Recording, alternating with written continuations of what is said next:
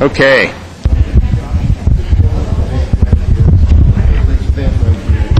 Okay, I'm showing 6:01. Do we have to be close to these, or? Was Tracy upstairs with you? Oh, I was kind of hoping she was with you. Okay. Is this working? Can you hear this up here? Yes?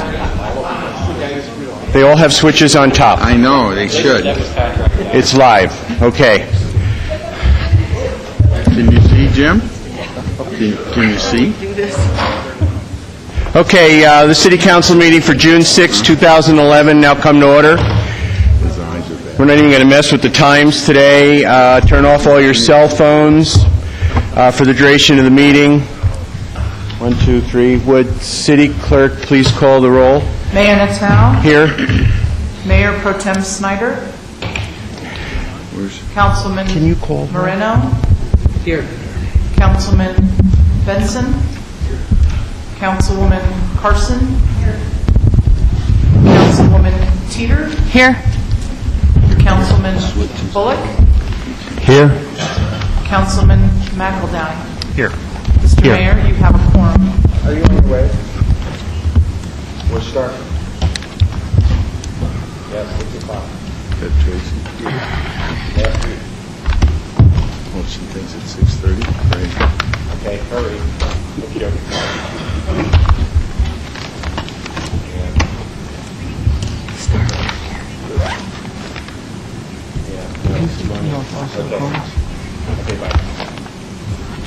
Okay, Mayor Pro Tem Tracy Snyder is on the way, Yeah, and I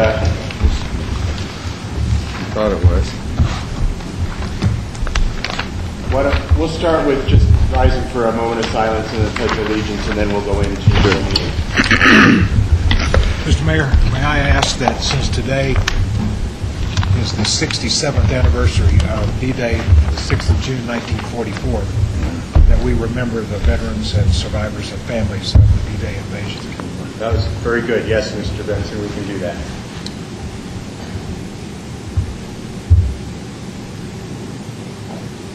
Thank you. I pledge allegiance To the flag of the United States of America and to the republic for which it stands, one nation, under God, indivisible, with liberty and justice for all.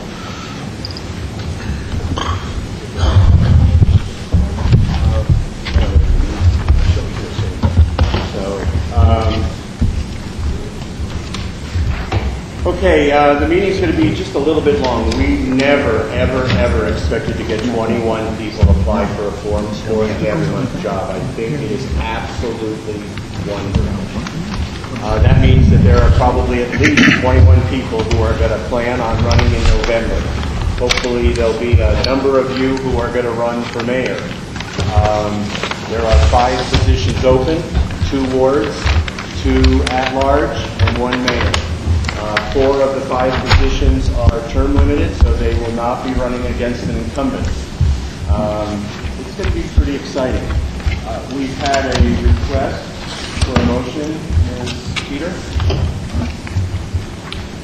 Yes, due to the length of the meeting this evening, I would like to make a motion to delete any other items off of the agenda other than the interviews for the applicants.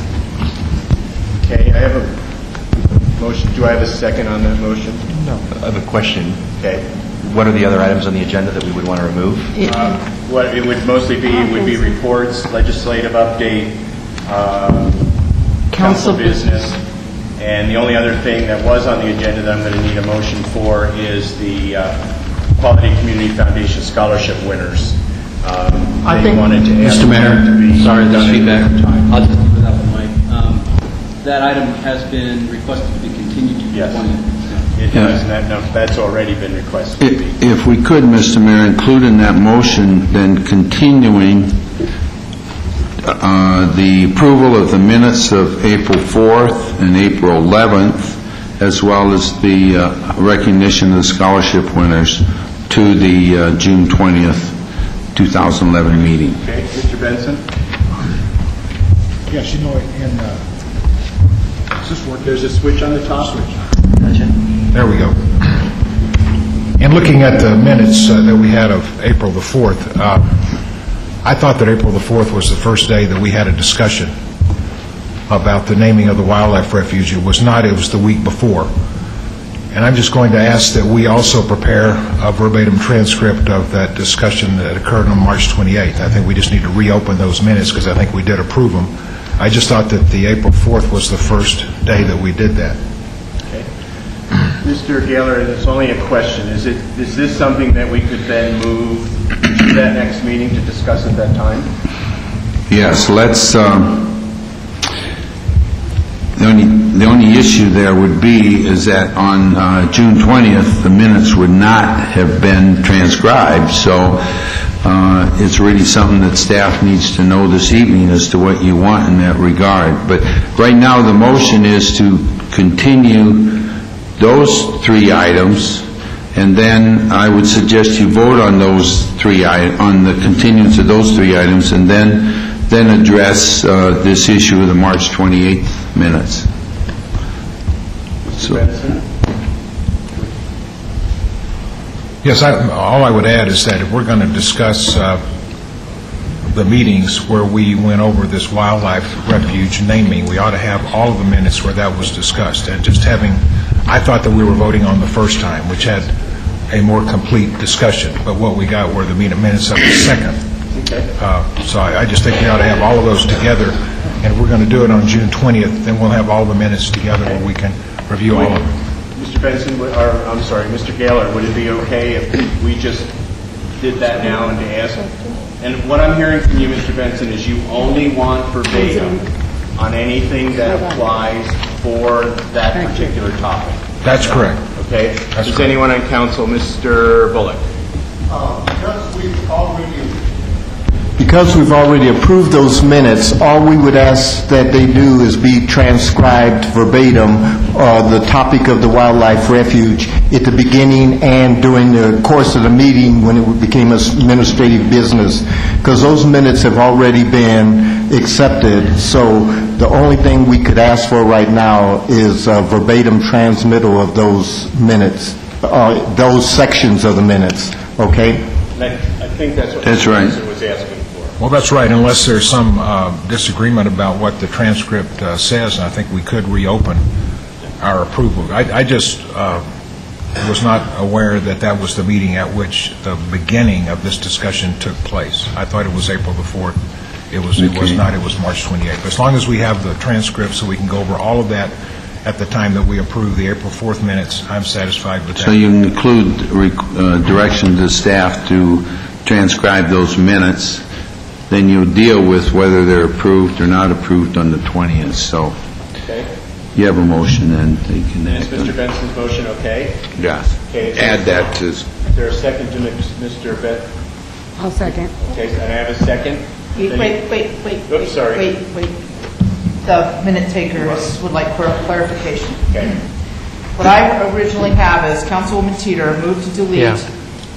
She said all That items. motion. We're going to say that's audience introduction, citizen communication, administrative council business, and council reports.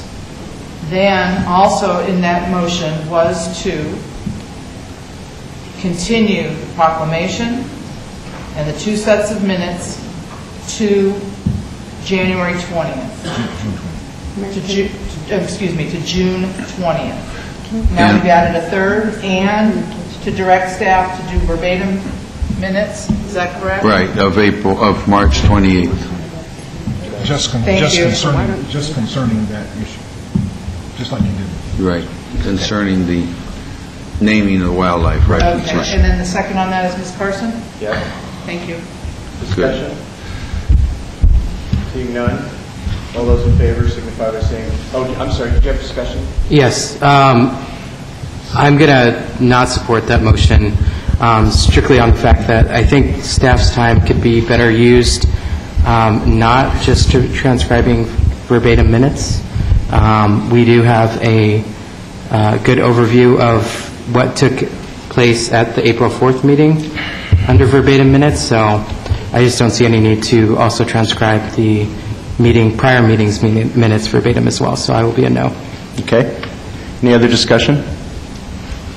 Seeing none, can we just... Voice vote. Voice vote. All those in favor signify by saying aye. Aye. All those opposed, the same? No. So I have 2 nays, is that correct? Is that right? Okay. Motion will pass. Thank you very much. Okay, the reason we started a half hour early was because this is a system we never expected. Mr. Gaylor, so can we start with you? Yes, I'd like to make an observation for the council, and this is strictly a matter for the council determined as the process that you want to follow this evening. But I know I, for one, and probably most or all of you, were surprised at the number of applicants you got. And because of the extent that an interview process would entail, for your consideration, another way I've seen matters of this nature handled when you have this many applicants is you have the applicant, rather than answer questions, come forward and state in answer to a question why they would like to serve on the city council. And you give them 5 minutes to respond, and you then make your decision based upon that presentation. This is just an alternative. It's not my recommendation. It's just something for you to think about. It has this advantage. One is it will certainly eliminate the issue of questions and more questions. Sometimes questions fuel more questions, and how much time each candidate gets. Also, it eliminates the issue about if you're going to sequester the candidates, then you've got citizens sitting in an area for 2 to 3 hours waiting to be heard.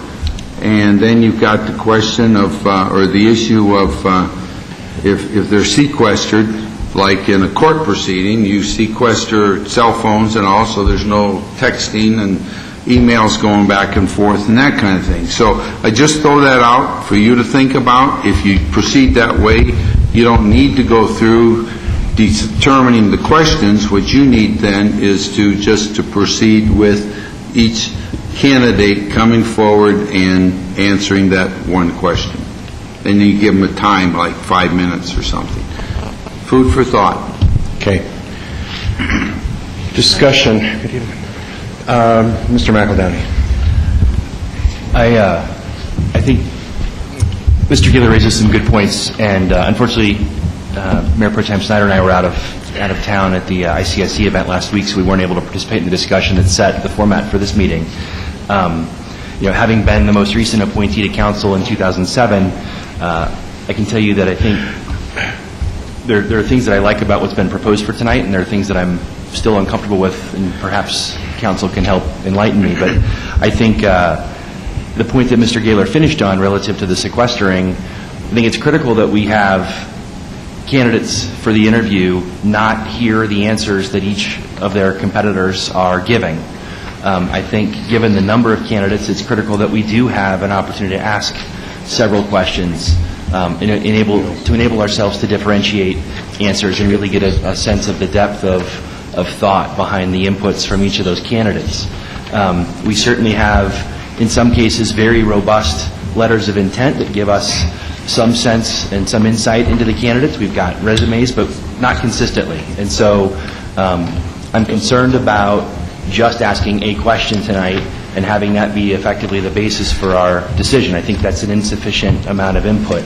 I do want to be sensitive to time and the mechanics of how the sequestering would work, but I think in simple terms, or one last comment, I guess, about the benefits of this format. Now that we're televised and streaming, I think it's a great tool for the community to have insight into the folks that are being considered for these slots. So I guess in summary, great that we're going to have the interview itself public. I think we need to come to an agreement on whether or not other candidates are present when questions are being answered of a specific candidate, and what that list of questions or question looks like. Okay. Sir? Well, I agree with Councilman McEldowney, and that's largely the topic of discussion that we had at the last meeting, where we agreed that we would first narrow down, the first part of this council meeting would be dedicated to narrowing down the question to 3 or 4 questions, depending on what the council decides, and then also having the candidates sequestered so no one has an unfair advantage of being able to hear. Obviously, I thought it was important for the community to also be involved and for this to be streamed live and on Comcast Channel 8, which is why I suggested that we do it in this format. I do have issues with the way we will proceed tonight, though, and as the mayor suggested, we weren't expecting this many candidates, and I think it's wonderful that we do have this many candidates. What I was going to propose tonight is that we narrow down the list of candidates to 3 of our top choice. We can do that tonight. We have the cards here to score each candidate, and then we have a more in-depth discussion with the 3 candidates at a future meeting before next Monday when we make the appointment. When would, sorry to engage in back and forth, when would the next meeting be? I mean, my understanding is that our next meeting is our retreat, and we would need a selection made for them to participate in that retreat. So I do, selfishly, I agree. I think we need to be able to sort of thin the list based on some first round of interview and ultimately make a selection based on a more in-depth discussion. But I don't know how that's going to happen between now and Monday. And my suggestion is that we call a special meeting strictly dedicated to a more in-depth discussion with the top 3 candidates. My concern is just that we owe it to the community, to the candidates, and to ourselves to base our decision more on just 10 minutes worth of conversation. Completely agree. Okay. Mr. Bullock and then Mr. Benson. And then Ms. Snyder. I totally agree with both Mr. McAdowney and Mr. Marino, but and this is a big but, we had a format in place to pare down the questions to, I think it was 3 or 4 questions. We had a format in place to sequester all the candidates in the back room with no cell phones or anything, and call them out as needed. But I don't think any of us expected to see 21 people. So I do think that after we may need exactly what Mr. Marino said, another time to take our top 3 candidates or top whatever and go more in depth with the questioning of those. And I know we're saying to ourselves, when are we going to find the time? But unless you want to make a decision on 21 people tonight and say, okay, we're all going to agree on one person, which last week is one of the things we discussed that we didn't even know when we were talking about 10 or 12, if we could all agree on one person, we might have to do that. And we might have to bite the bullet and pick another meeting. Okay, Mr. Benson. Yeah, I remember the last time we did this, we had 15 candidates, so 21's not that much more, but and we did it the way that we've always done it, just scoring each question. But I don't have a problem with what Mr. Marino has suggested. When is we have 30 days under the charter, right, from the date of, and when does that expire? Is that next Monday? Right. It is exactly next Monday. Yeah. What's exactly? It's a couple of days out. 15th. Yeah. 15th, okay. So if we did something by next Monday, we'd be within the charter, okay. Ms. Snyder and then Mr. McEldowney. I'll push this switch towards you. The top one. Helps if you know how to work the equipment. I guess I'm just a little bit confused. I know that Jason and I were both at ICSC, so I'm just trying to figure out what decisions were made when we were gone, but maybe somebody could explain to me, why are we televising the interviews? I mean, we have never done that before, and in most jobs, the interviews don't get televised on TV. So what was the reasoning for that, for starters? Because the people that are going to be interviewed are actually going to be the community's people. So televising them before the community isn't any different than they're going to be seen by the rest of the community after today anyway, whoever is selected. And before, we never televised it because we never had the capacity. I understand that, but I think if I was the candidate, I'd be nervous enough just to be interviewed, much less to know that you're being interviewed in front of on TV, and then everybody, okay, I didn't understand that.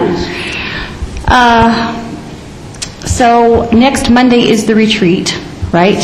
So how do we propose to get this all together and make it all work by next Monday? Okay, Mr. McEldowney and... All right, so we've got a tight timeline to work within. Let's be creative. I think there are some real logistical challenges in trying to get a special meeting called and get candidates called back, although that's optimal. I think I would propose that we need to have the council retire to the study room to narrow our list of questions for tonight's purpose, adhere to the format that was originally proposed. As I understand it, was to select 3 questions. It's going to take some time. We need to be careful about time, so candidates are going to do their best to be specific and to the point. There are other good questions that I think would be highly insightful in helping us make a final selection. Rather than go with a special meeting, what if after tonight the remaining questions are distributed to the candidates, they have a finite amount of time to turn those around, and those are sent back to us for reflection and review prior to next Monday's meeting, so that when we come next Monday's meeting, we would begin the meeting with an executive session to review those results or some format, whether it's executive session or otherwise. We essentially provide our candidate for consideration based on tonight's public interview and the written responses that they would perform offline. That way we get the benefit of all of that input.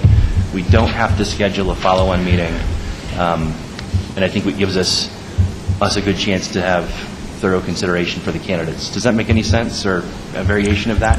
Yeah, I just think that having them fill out a written, and as having the 8 of us have to fill that out, is going to be over and above what we're going to see now.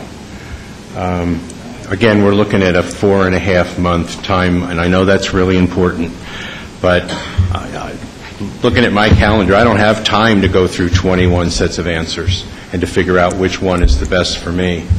I think most of these candidates have been through interviews before, and Ms. Carson and then Mr. Marino.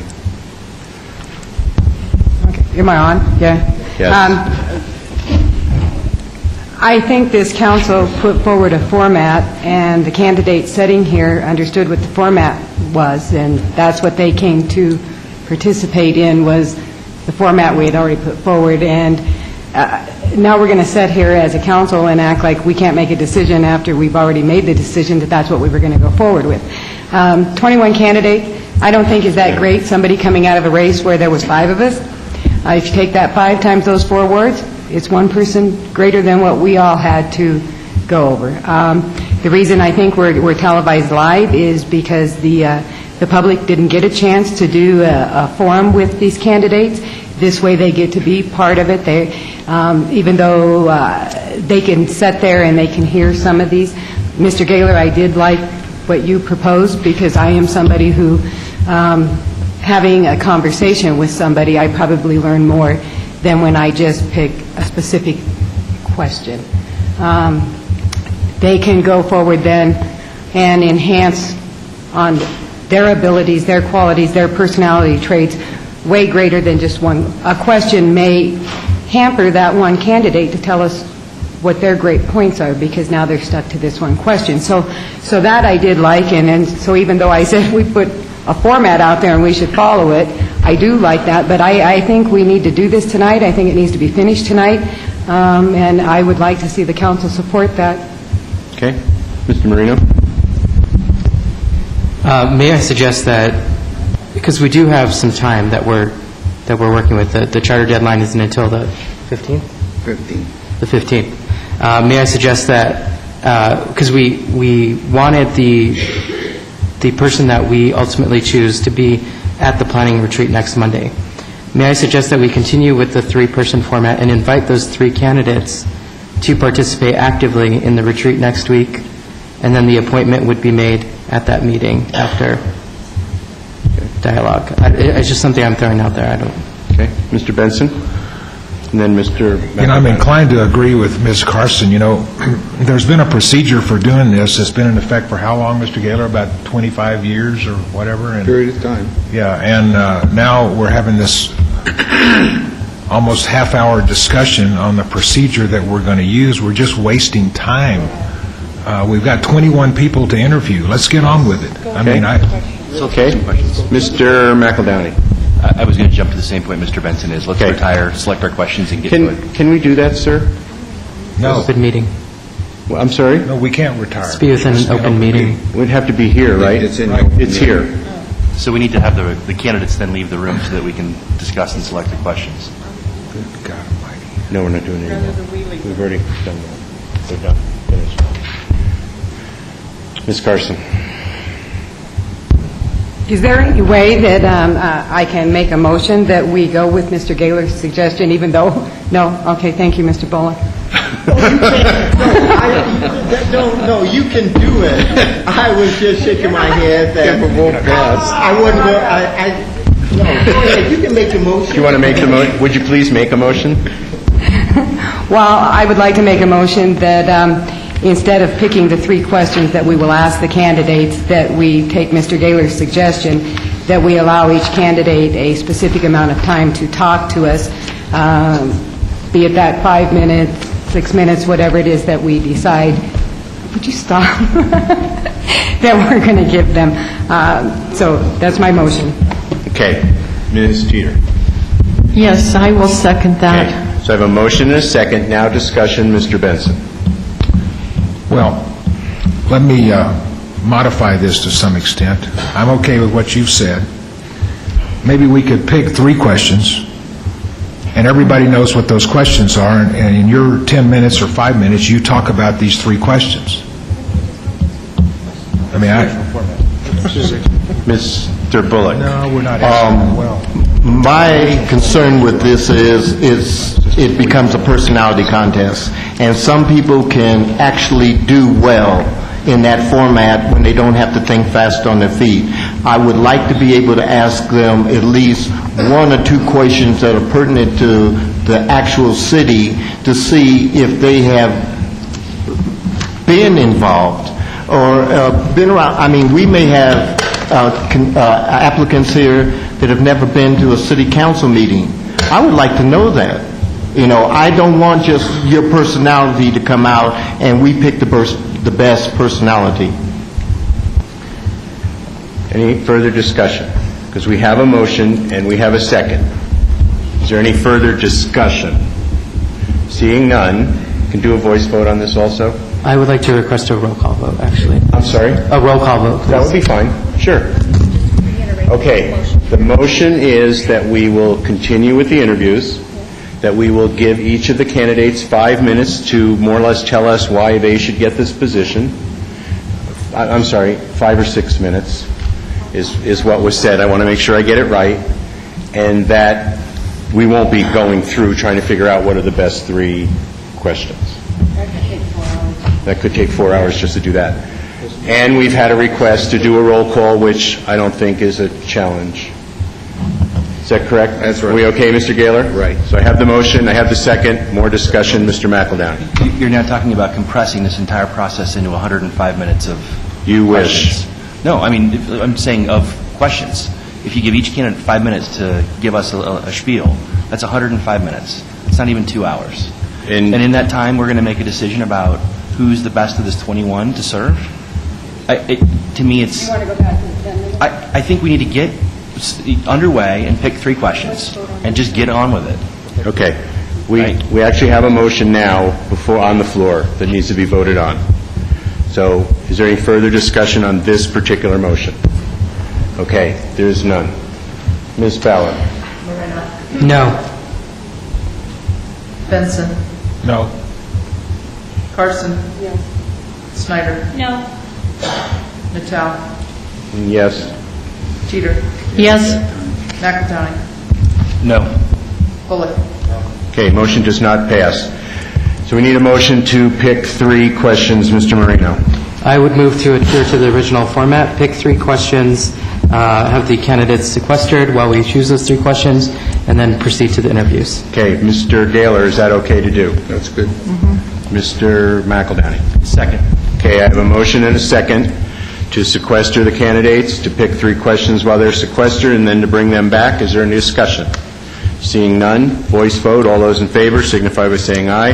Aye. All those opposed, the same. Motion passes. Mr. Gaylor, how do we go about sequestering the candidates? Well, first, do we have a room that we're going to ask them to adjourn to? Can we put them all back? I'd suggest the lobby, or We have a jail cell. Yeah. The meeting room at the planning? Planning Commission? Someone Okay. can direct them to get there? All right. Could we have our security officer take them there? And then the only direction would be, please don't let any of them use their phones, because the questions will actually be on the air. If that be okay with you, sir? Okay, thank you. If all of the candidates would follow our security officer?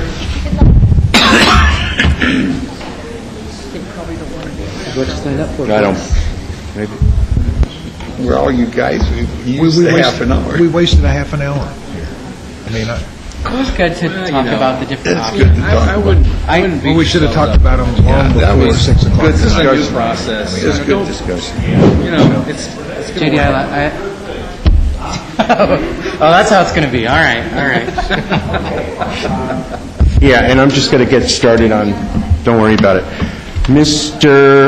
Council, as seated. In order to pick top 3, what I think we have in front of us is I have 19 questions, and then I've got an additional 3 that were submitted by Mr. McEldowney. So I have a total of 22 questions. Mr. Benson. Are we talking about the questions that we want now? Yes. Okay. But right now, we're on the field. I just want to make sure that I've got the right field of questions. All right. Okay, so what I've got is 22 questions in front of me, the field of which we want to pick 3. I've only got 19. Mr. Bullock. And the first interview is scheduled at 7 o'clock. 7 o'clock, so we're going to have to hustle through this. Mr. Bullock. There are some questions that are absolutely the same question. Yes. Number 1, Yeah. 8, and number 19 are the same question. So as it came up 3 times, I would suggest that questions that are similar in nature, it runs across a common thread, and we should probably try to keep them in. And in Mr. McEldowney's question, his question is the same, is almost like 15, 16 in his question number 1, huh? And number 6. 15, 16, and number 6. Okay. So number 1,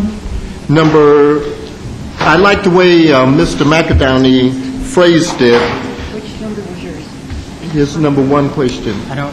He has a second sheet. Okay. How can you tell?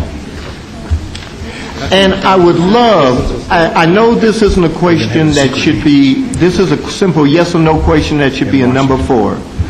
Have you read the city charter? But, okay, I just want that. Right.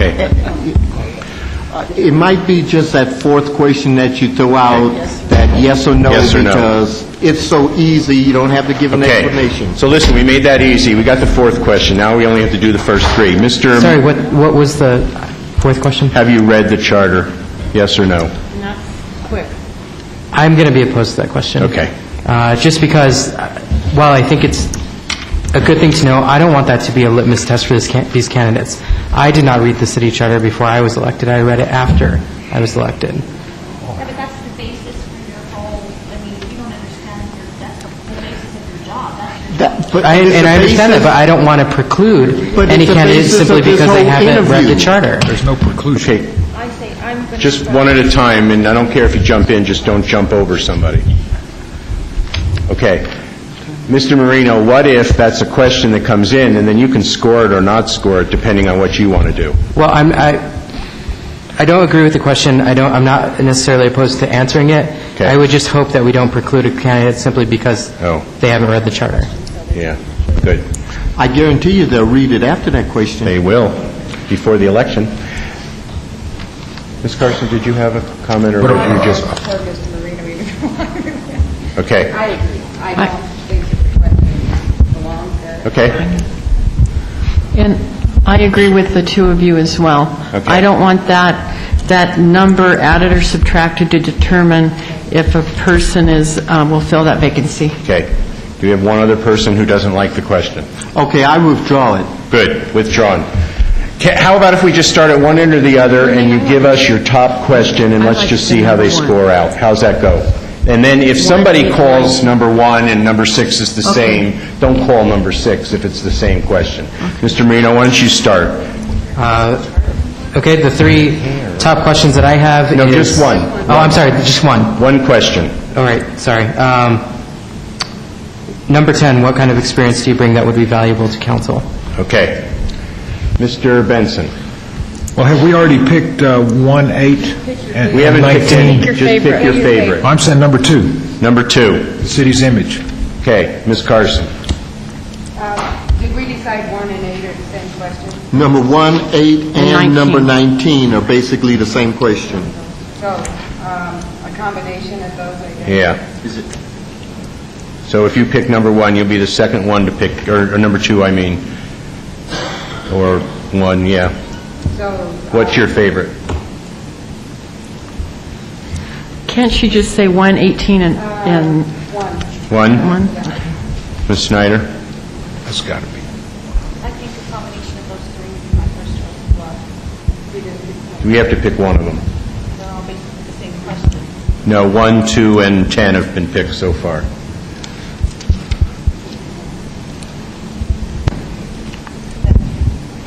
Ms. Jeter. It would come back to me. Ms. Jeter. Number 2? Number 2, Mr. McEldowney. I'm going to pick number 1 on my list because I think it reflects Okay. actually about 4 of the questions on the big list. Mr. Bullock. I'm going to pick number 1 on Mr. McAdowney's list, too. Okay. Ms. Snyder. Number 1. Wait a minute. What did you pick, Renee? Number 1. Number 1 on Mr. McAdowney's list, One on this. on his list. I'm Oh, sorry. McEldowney's number 1? Mr. McAdowney's number 1. This is his list over here. Mr. Bullock, could you just read that question because I do not have it? Okay, the question says, please explain what you see as the most pressing matter for city council in the near term and what you think you can contribute during the remainder of the term you are seeking to fill in order to help solve or overcome this issue. Okay. I'm sorry. We're going to start this all over Maybe I put it in my... because I got my number 1s mixed up. Okay? There it is. Thank you. Mr. Marino, would you pick your number 1 again? Restate my number 1 or a new number? Just, yeah, the same one. What was your number 1? My number 1 is number 10, what kind Okay. of experience do you bring? Okay. Mr. Benson. Number 2. Number 2. Ms. 1. Carson, 1. And that's... Jason's one, or- Jason's 1 or the other one? The main one. Okay. Sorry. Ms. Snyder. Jason's one. Jason's 1. Okay. Ms. Teeter. Number 2, On the regular the one. regular list. Mr. McEldowney. My number 1? You're number 1. Mr. Bullock. His number 1. Number 1. Wait, which one did you say? Jason's number 1. Can I change my vote to Mr. McEldowney's number 1? It's going to make it so easy. Okay, we've got our first Thank you. question. Right now, we have 2 votes for number 2, which was image. Or we could go through the list again to get the number 2 question. I'd like to go through the list again. Okay, Mr. Marino.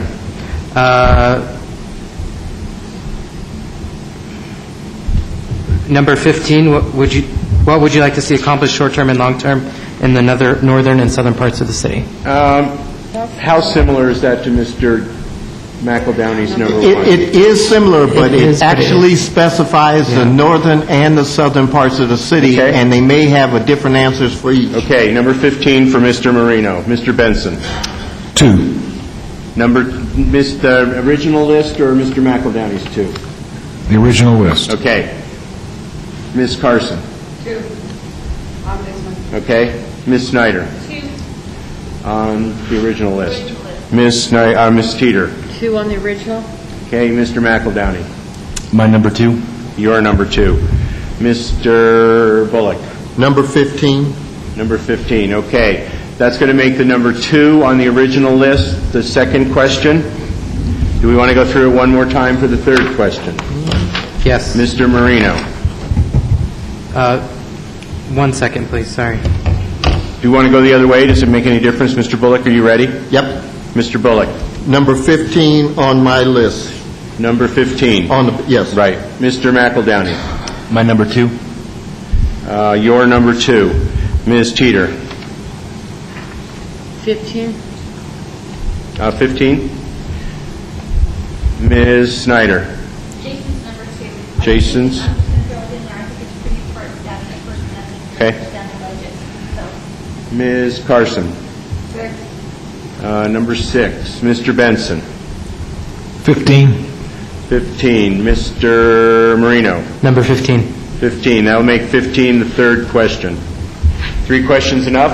Yep. Yes. Okay. The way I'm reading it right now is the first question is the question number 1 on Mr. McEldowney's. I'm seeing the second question as the second question reference the city's image. I'm seeing the third question as number 15. What would you like to see accomplished short and long-term north and south? Any corrections or discussion on those items? so there'll be no question on the budget at all. I don't know that we're going to get more than 3. I mean, if you want to go to a fourth question, we can. Before we make a decision, Yes. I would Mr. just say McEldowney. that I'm concerned that we don't have a good diversity of questions that represent the breadth of the role. I'm concerned that answers to number 1, to my questions number 1, are going to potentially overlap with answers to question number 2 on the original list, and frankly, number 15. I think there's the chance that somebody's going to say, well, I pretty much said that in that prior question. So I would just suggest we think about a question that's likely to not have been answered in either of their prior 2. You know, number 15 is specific to you. If you don't know what's happening at the southern part of the city, you haven't been down here. I think it's a pertinent question because we have a lot of candidates that are from in the northern portion of the city. And if you ask them a question, what do you see to do down here? And they say, well, I don't know. Doesn't that give you an answer automatically that maybe they haven't even explored the southern half of the city? Okay. Now, I would love to see a question 4 on the budget, this number 2 of Mr. McEldowney's. Yes, I think the budget question is imperative to ask. I think I would I believe so, advocate too. that we hold Mr. McEldowney's second question as a default. So if, in the case that he described, that if someone says they've already answered the question, then we follow up with Mr. McEldowney's question, the number 2. I think we need to have We need to, the question has to be to everybody. Right. Oh, I see what you mean. Yeah.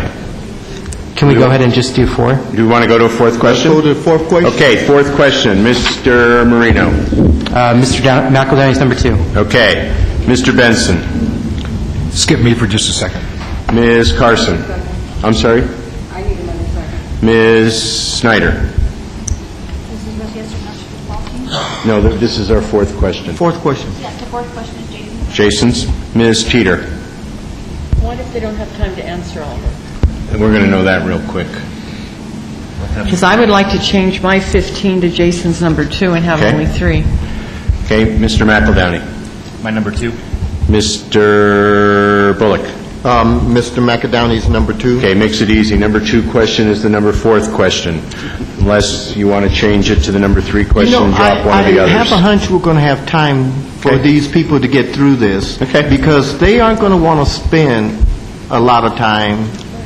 Let's give it a And- try. We're going to know right away. Right. If we come up and we get 2, 3 people and we're not getting to the 4th question, we just knock it out for the rest of them, and we won't count that one. Okay, yep, that'll be it. Brevity of answer is going to be... Yes, it's going to be the key. Okay, so I'm showing the same three, and then the fourth question I'm showing is number 2 on Mr. McEldowney's. I would imagine the procedure will be as it has been in the past.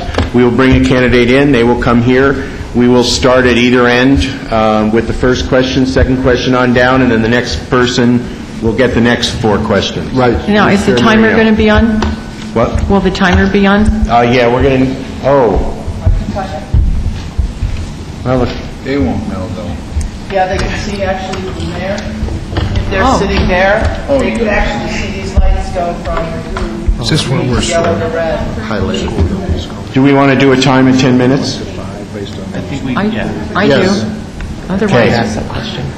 But will they know, they're going to have 4 questions in 10 minutes, they're not going to know where they are in place of those, are they? Mr. McEldowney?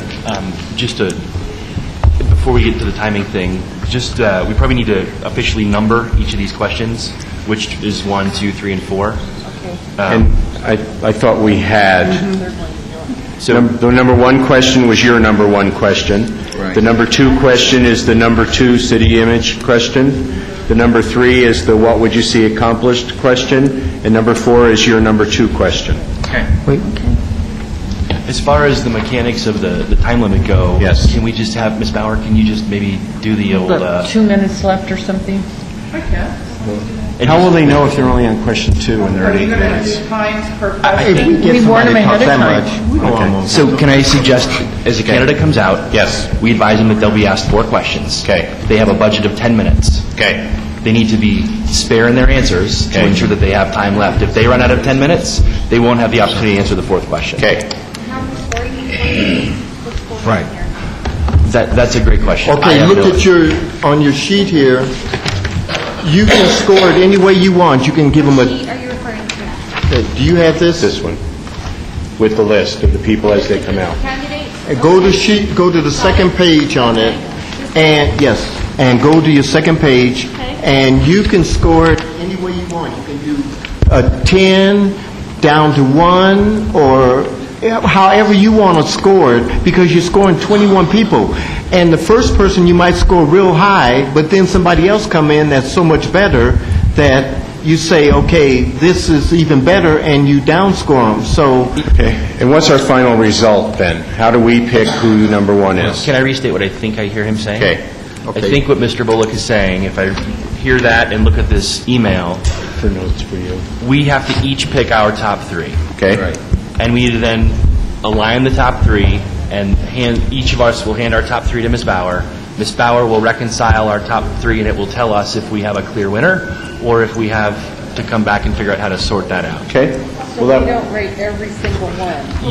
You You can. need to keep track of a system and ultimately come out with your top Let me 3. help you with that. Those cards are made up. If you remember in the past, for those council members that have interviewed in the past, you used to have a sheet with each person and your questions. Since we did not know what the questions were going to be tonight, you have, and it's a little change from your memo, each applicant has a card. It is suggested that you can decide after we provided you with a notepad, you can take all your notes.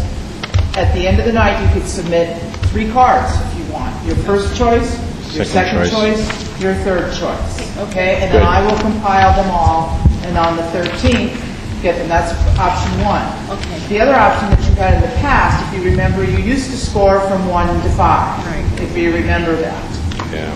You could still do that on each of the cards if you want to, but again, we're presenting you with another option Yeah. tonight, since we didn't have the questions ahead of time. I'd like the 3. 3 Yeah. people. That makes it easier. Yes. Mr. Marino. I just have one concern, and I understand that we already went through the questions exercise, but 3 different people submitted the same question. Why did you apply to be on city council? And that's not one of the questions we're answering. That troubles me a little bit. Well, I understand what you're saying, but we took each question through, and it was not enough for somebody to have picked that one more than the others. Well, we No, go ahead. took number 1. Yes. We decided was a piece of that. We took Jason's number 1. And we took the other number one. No, number... Did we combine the two? Yeah. That first one. You took Jason's number one. Yeah, Jason's number one. You know, the regular number one should be a question. It's 1, 8, and 19. It's asked 3 times. What's your main reason? Why do you want to be on the council? What choice did they... We have 10 minutes to conclude this. Okay. Does council want to re-examine the questions? I like the original number one. Yeah. Which, I think, it's just as we're not going to ask, have you ever read the charter? The question about a brief description of the city budget, I don't know. I would think more people would have read the charter than would be anywhere familiar with the city budget. As Mr. McEldowney described earlier, number 15 that we chose and his number 1 are somewhat similar.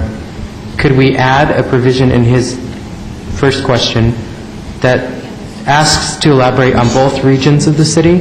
That way we can eliminate number 15 and add in the question, why did you apply to be on city council? Ms. Carson?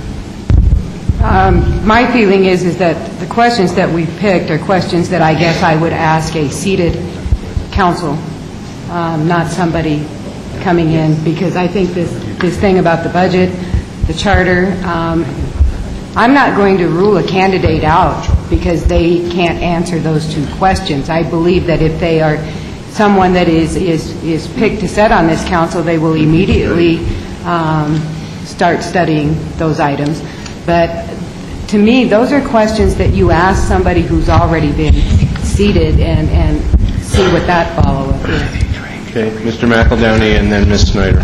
I look at the appointment, having lived through an appointment, as slightly different than an elected seat, in that this person is being asked to step in and be effective immediately. There's no or very little time for ramp, especially given the fact that we're going to be jumping into a planning retreat come Monday, and not long after, we'll be leaping into a budgetary process. So these are a critical 4 months on council, and so while it may not be a decision point for you to completely rule them out if they have no budgetary knowledge, I think it's a helpful indicator that will factor into your final decision. So they may or may not, and you can make your choice with a full heads up that, hey, you know what, I think on every other point this guy is the right guy. They may not have knowledge of the budget, so be it. But it's a facet of their overall makeup that will help us know who we're getting. Okay. Ms. Snyder and then Ms. Teeter. Yes, I would have to agree with Mr. McEldowney. Anytime you go interview for a job, whatever it might be, you have to have some knowledge of that job. So, I mean, you can't just come in and say, well, I've never read the charter, I don't know anything about the budget. These are things that all of us had to find out about before we ran for office. Because we were asked these questions in different debates and things that we had to do. These questions came to us. You had to know something about the job that you were applying for. And I just have to say I'm a little bit frustrated because this whole process seems like it's kind of, feels very disorganized to me. I know I wasn't here last week, but it doesn't feel like it should feel for doing what we're doing. It's very important that we find a great candidate to fill this space, and I just don't feel like this, kind of totally unorganized thing that we're doing here. I just don't think we're doing this the right way. That's just my one woman's opinion. And again, I think this has a lot to do with, we expected in the beginning to be interviewing 6 or 7 people, and we get 21. And It's Memorial changed it Day a lot. weekend last week. Yes, Ms. Teeter, did you have something? Yes, I agreed with Mr. Marino that if we compress number 15 with Jason's number 1, would that allow us to have the original number 1 on there as well? I think that's important. With all due respect, 15 to me could be an answer to number 1. If you read number 1... I thought it could too. It was Mr. Bullock that did not think that. I understand. I'm just saying the question to me touches on a number of things, right? I tried to create a question that was multifaceted. We're asking this person, what is the most important issue facing the city in their mind? What they think they can contribute, and how. To me, that's critical. Now they may say it's the matter of the fact that the North and South are effectively two different cities. I mean, whatever the case might be. And I agreed with you on that. This is what I'd like. We have just a few minutes. I would like Jason's number 1, because I think it covers number 15. Number 2, the image. Number 3, maybe the original number 1, I think it absolutely has to be on there. We need to know how they feel while they're seeking this position, and you can hear a lot about a person that way. And then the 4th one would be the budget one. Mr. Marino. I would second Councilwoman Teeter's request. Okay, discussion? Okay. My discussion on the fact that question 15 and question 1 are similar, but they are dissimilar too. Question 15 asks long-term and short-term, where question 1 on Jason asks in the near term. He's asking for that short term, that the person's going to be here from now till November, and that person may not be the person sitting here after November. I want to hear what a person's long-term goals are. Secondly, it says nothing of the city north and south. There are different economical conditions down here as opposed to up there. There's no industry up north to speak of that runs anything. There are no drivers. Can I just... No, you can't. So I see if you want to envelop both questions together, you can. But we've selected question 15 as one of the questions, and we're sticking with it because that is a question that actually pertains to the whole city and a whole long and short-term answer. Okay, Mr. McEldowney. I was just going to say, there's something about interviewing in that it's as much as what people don't say as what they do say. So if you get an answer to one of these questions that omits, obviously, insight, then that is taken into consideration as equally as the stated input. That said, we have 3 minutes until the first interview. Right. But if you're going to use that as an argument, we're going to have a lot of persons that aren't going to be able to discuss a budget in any term because they don't know the budget. We don't know that. But yeah, I can guarantee you, I can point to 5 people on this list that when it comes to budget, they're going to look at you and say, well, I don't have no idea what the budget is. Let me go over my motion. Okay. Mr. Mayor, how about if we just add a number 5? Yeah. And then that solves this And the discussion. question number 5 would be? Why you want to Originally Why do you number want to 1. First list number 1. Okay. I don't think they're... Mr. Marino? That's fine with me. If we could, I'd actually like to see us open with that because I think it's a natural progression to... I agree. Any problem with that? Well, wait a minute. Open with number 1. Open with number 1. Original. We're going with 5 questions, 5 questions, 2 minutes each. and the first one is going to be the original number 1 on the list. Yes. That's going to be the first question. Okay, what's going to be the second question? Number 1 on Jason's. Yeah, number 1 on Jason's. That'll be the second question. And then the third question will be number 2, the city image question. Okay? Number Number 4 3. will be number 15. And number 5 will be Jason's number 2. Number 3 is the city image question. City image. Number 3 is which one? Number 3 is the city image. Number 2. Number 3 is number 2 on the original. Let's just go through the list one last time. The first question is number 1 on the possible interview questions. It says, what's the main reason? The second, that's number 1. The second question will be Jason's number 2 that says, please explain what you see. Jason's number 1. Jason's That's number the second 2? question, yes. The Is third the second question. is the second question. Jason's number 1. Is Jason's number 1. Is- Right. Yes. Number 3 is the city Not image. what I just said. Jim, this one's number 1. Okay, the first question is, what is the main reason you're seeking this position? Right. Number 2 is the please explain what you see as the most pressing matter. The third question is, the city's image was one of the most concerned. Right. The fourth question is, what would you like to see accomplished short-term and long-term? Right. The fifth question is, please provide us with a brief description of the city budget. Right. Okay. I would also like to ask council, because we are pressed for time, that we do not do the original, this is who we are. We bring them in and we tell them what we're going to do. We're going to do 5 questions. They'll get 2 minutes each, but no introductions, so that we're not introducing ourselves 21 times tonight. Oh, you mean us introduce? Us introduce. If they don't know us by now? Okay, any problem with that, Mr. Marino? I just asked that if we could just say at the beginning of the question, "Hi, I'm Dominic, here's the question." Is that okay? The person who asked the Yes. question, yes. Where are we going to start? Yes. Well, start with Mr. Marino. Are we okay? We're ready. Let's go. Let's take the first person. Mr. Mayor, Mr. Flannery, are you remaining or not remaining? I'm not going to remain, but I also want to mention that the individuals in that room that are sequestered need refreshments, so we're going to make sure they have some refreshments. That would be wonderful, So sir. that they've got a lot of time that they're going to be in there. Yes, they do. And, Mr. Mayor, I think it's important when they come in that you say you have 2 minutes for Each five question. questions. That would be great. Okay. Who's actually going in and out with the people? Ms. Halstead, you were going to do that? Okay. We're ready for the first one.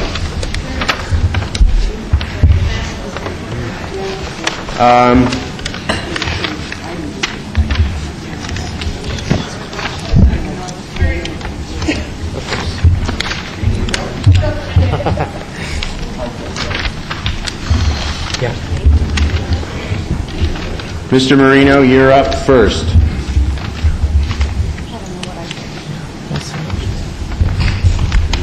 They did my little cards. Remember, at the end, you're only going to want to hand in 3 of these little cards, first, second, and third. Do you want our names on or anything? No, silent or secret.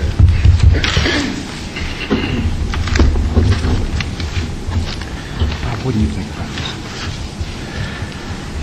this? Is this the biggest Mr. Gaylor, are you staying? junior high student council? Since I'm your parliamentarian, That's fine. I should. Yes, we think you should too. Thanks for the invitation. Yes, we appreciate you hanging out. Can we pop you some popcorn? No, I'll stay. Thank you. She should be in right now. She's actually 3 minutes of her time is up.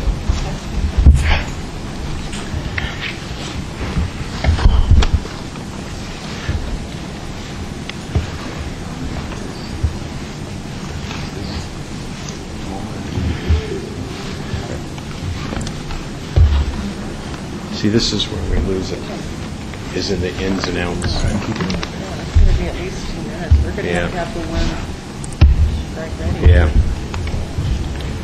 There's break up on your cake back there. there is? You don't need any cake. Yeah, they're going to need to, yeah.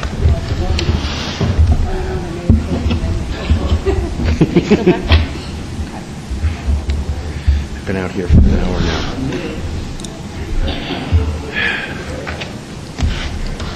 And Ms. Halstead, if you'll make sure that the next one is pretty close. Yeah, more rapidly done. Yeah.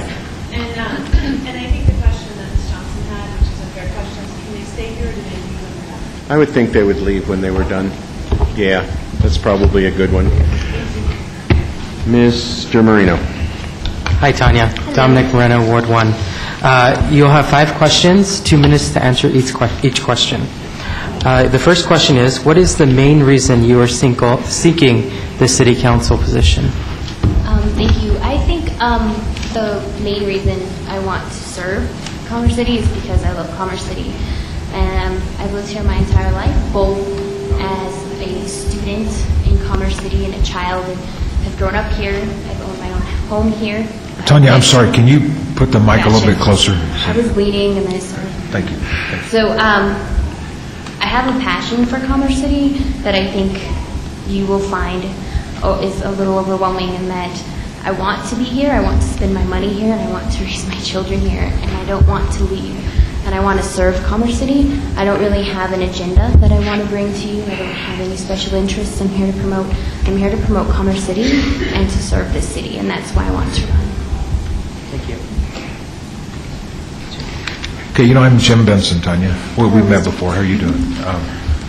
Please explain what you see as the most pressing matter for the city council in the near term, and what you think you can contribute during the remainder of the term you are seeking to fill in order to help solve or overcome this issue. I'm sorry, there's not enough light here for me to read this, but I'm trying to, let me repeat that. Please explain what you see as the most pressing matter for the city council in the near term, and what you think you can contribute during the remainder of the term you're seeking to fill in order to help solve or overcome this issue, whatever issue you pick.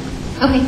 I think that for city council as a whole, generally, I think the most pressing issues that they have is dealing with compassion with the things that are happening right now, and dealing with things that may not have much weight on the future, but definitely are pressing, and they need concern, community concerns, emergency concerns, but then also having the integrity and the compassion to look forward into the future to make sure that the decisions that are being made are done with integrity and thought, and that each decision that the city council makes is one that considers the future, and that's probably the most important and hardest job of the city council.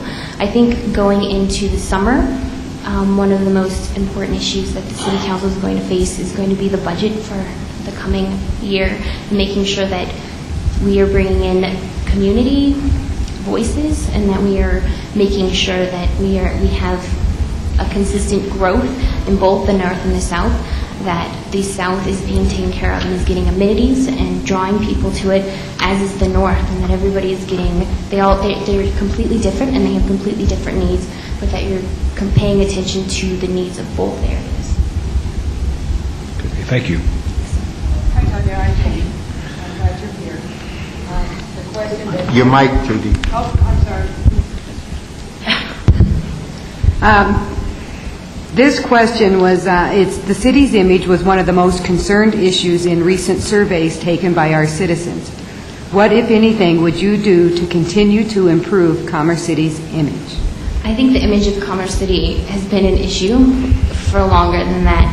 I remember going to college and telling people where I was from, and them looking at me like I was purple. And I still tell people where I'm from. I don't tell people I'm from Denver, like a lot of Commerce City residents do. But we want people to understand that this is a great place to live, and a great place to raise your family, and a great place to spend your money. And that we are a community that is full of heart and compassion, and we are hardworking, and we have strong core family values, and that we want everybody to understand that. And so as a city council person, you represent that wherever you go. And I hope that as a citizen, I've represented that wherever I go. And I feel like the city council has shown that this is a great place to live, and that people should bring their businesses here, they should spend their money here, and they should raise their families here.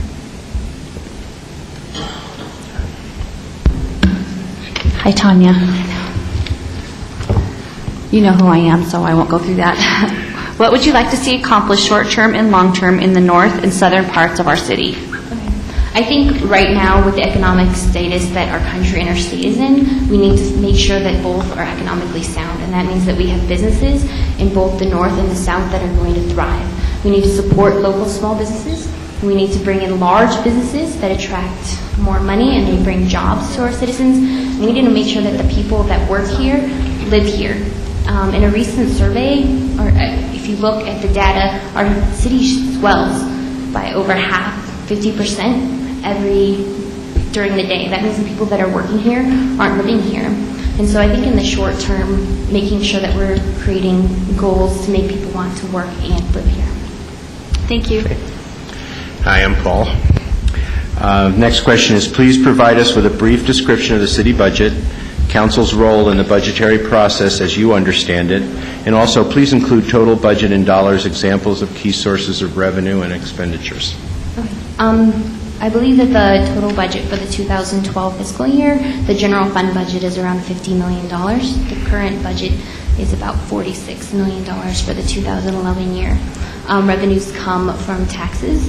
Those are from housing and different taxes of businesses and cars and highways and all of the stuff that all my money goes to and I don't get to see. And then it is spent on recreation, police force, and each budget's allocated some administrative fees, making sure that we have parks and recreation and that we are keeping our families and communities safe. Okay, thank you very much. Thank you. Those are the 5 questions, and you actually did it in less time. Thank you very much for coming in. Thank you, Tanya.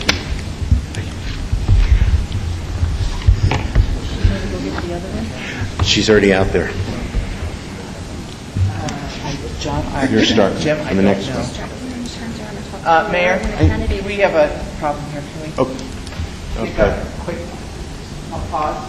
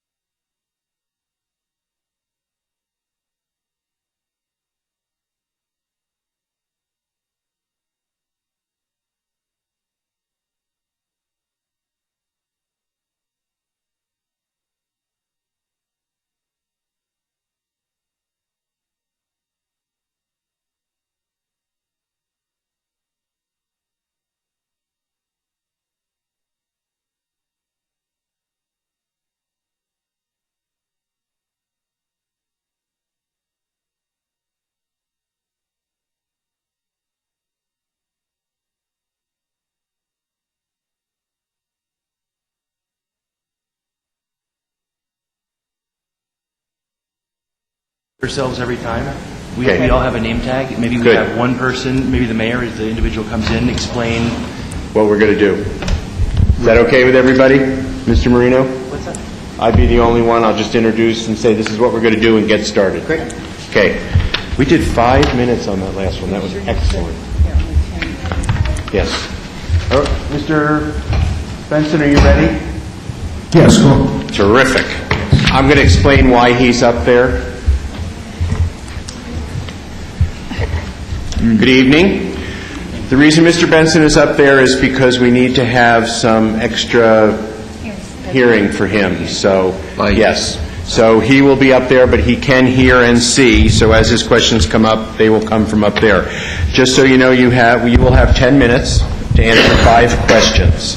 Each of us will be asking you one question, and we'll be going around in a circle. We will not be doing introductions, but you'll just answer the question. And again, you have 10 minutes to answer 5 questions. Okay? One by one. Good evening. Question number 1. What is the main reason why you are seeking this city council position? Well, I've been in the city now for over 30 years, and I've studied this. Sorry, Jason. I've studied this position for 7 years, and I feel I have the capacity to represent the people. I know a lot of the public and citizens of the city. I find the work very fascinating, actually. It's a position I'm really very seriously involved in. I think everybody here knows I've come to a few meetings before, and I've actually gone through this interview process. This will be my 3rd time through this interview process. So it's I want to give back. Commerce City has been very good to me over the last 30 years, and I'd like the opportunity to return that to the city and the citizens of the city. Thank you. Good evening. Thanks for coming. Please explain what you see as the most pressing matter for City Council in the near term, and what you think you can contribute during the remainder of the term you're seeking in order to help solve or overcome that issue. Well, I think that the most pressing matter facing our city right now is a matter of finances. As Mr. Tinklenberg explained in his financial report, we're going to be several $1 million short in the upcoming budget. Now, what capacity I would have to solve that problem in the next 4 months, I think is probably relatively minimal. But that is absolutely the most pressing problem facing the city, is that we're running out of money, and our revenue sources are not really increasing. It would be nice to see more economic development, and that's where that needs to be repaired at is to bring in more businesses to the city that will generate tax revenue, and in turn, that will help us get past that shortfall. Thank you. Good evening.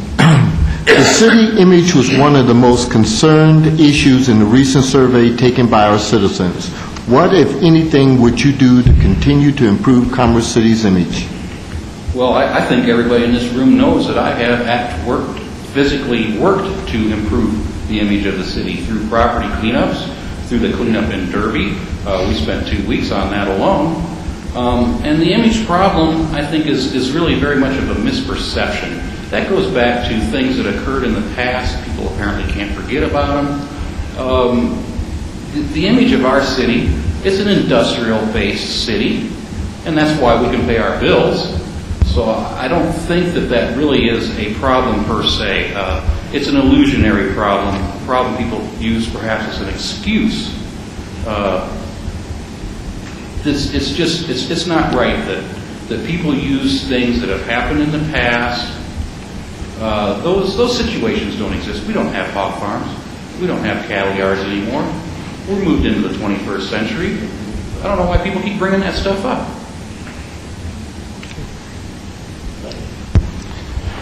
Thank you. Next question. What would you like to see accomplished in the short term and long term in both the northern and southern parts of our city? That's a big question, Don.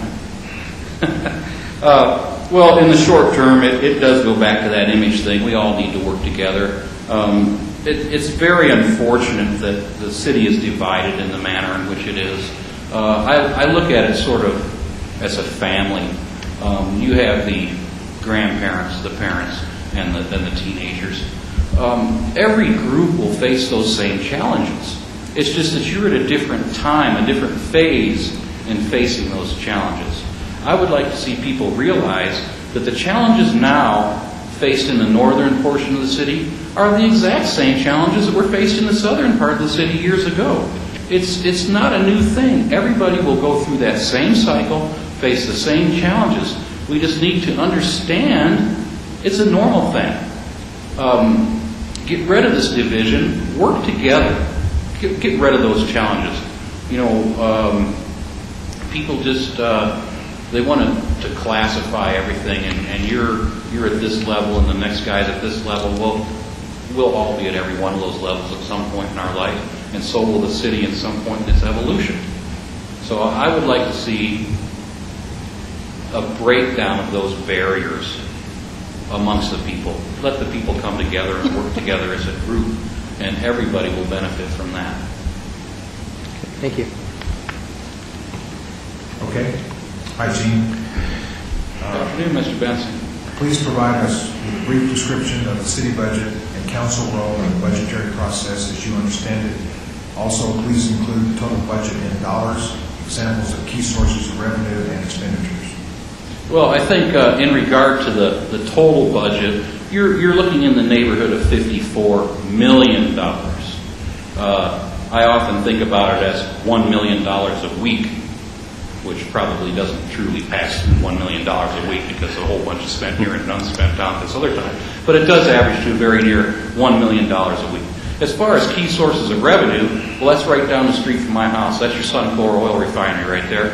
About $15 million a year that those folks are happy to donate to our coffers. I think we should be very grateful for them, because if it wasn't for them, boy, would we be in a big mess now.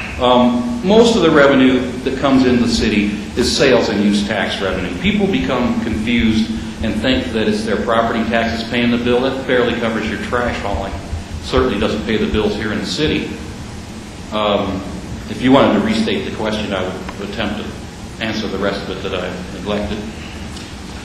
Okay, the question was, please provide us with a brief description of the city budget and council role in the budgetary process. Thank you. As you understand it. Thank you. The council's role, the council ultimately has to approve the budget. However, Mr. Roger Tinklenberg pretty well puts together the budget. He's, in my opinion, the money wizard of the city, financial director. The council gives guidelines to where the money should go, but it's really, I think, merely a guideline. If we fail to pay our bills, well, pretty soon the lights won't work anymore. So we can't very well say spend all the money on Parks and Rec, and we won't have paychecks for the guys next week. That won't work. So we have to follow the guidelines that are set by Mr. Tinklenberg through direction of the council. The council itself, I don't believe, truly creates the budget, only oversees and approves the budget created by others. Okay, thank you very much. Appreciate you coming in. Thank you. Thank you for the opportunity.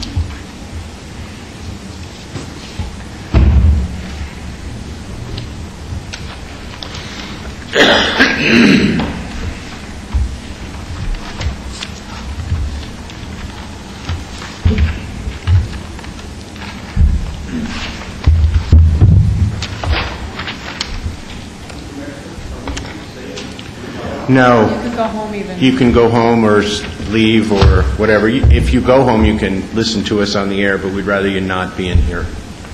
Thank you, sir.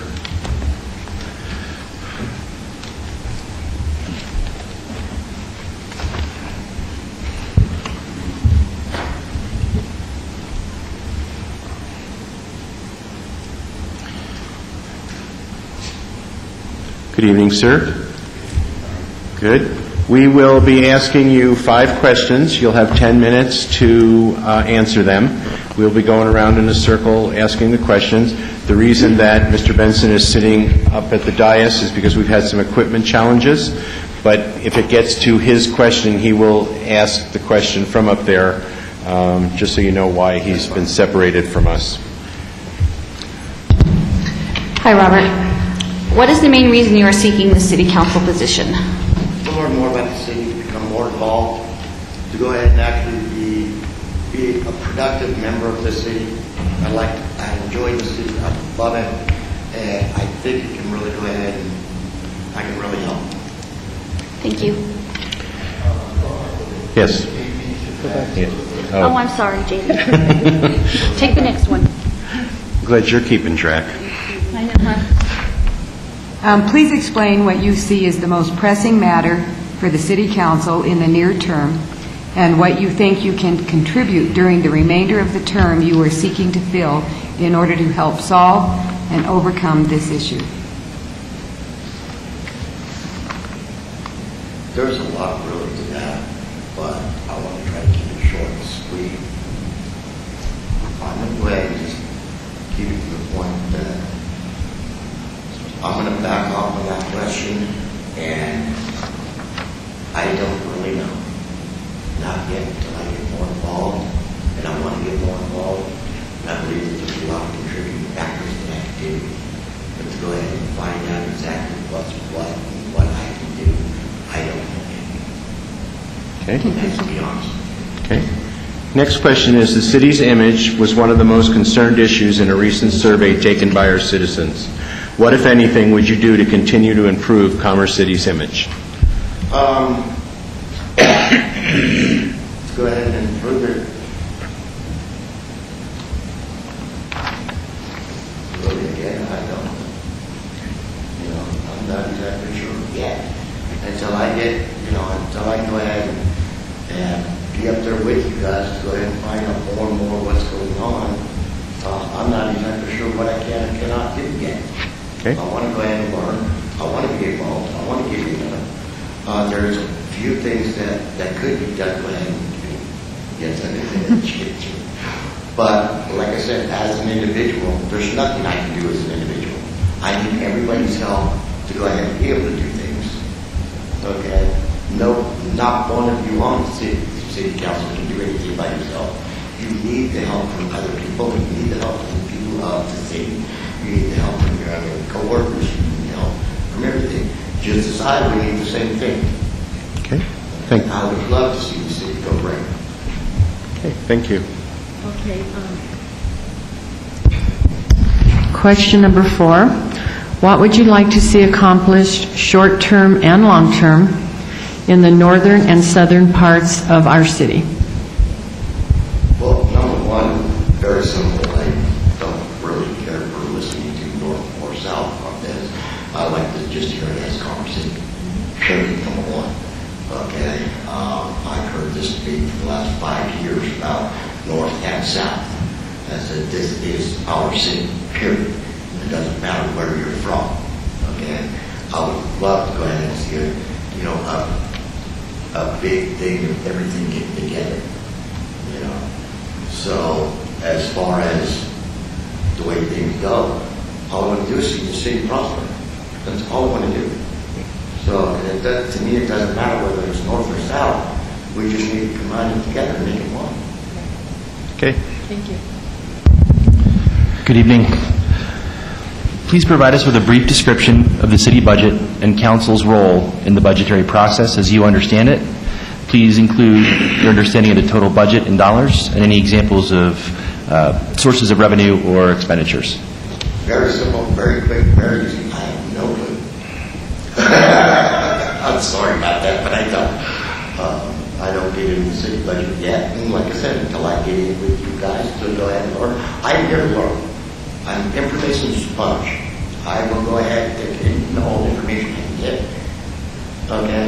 And I will be gathering. I have a lot of questions for all of you as well as we go. You know, if I get to be seated with you, I will have a lot of questions as well. Okay.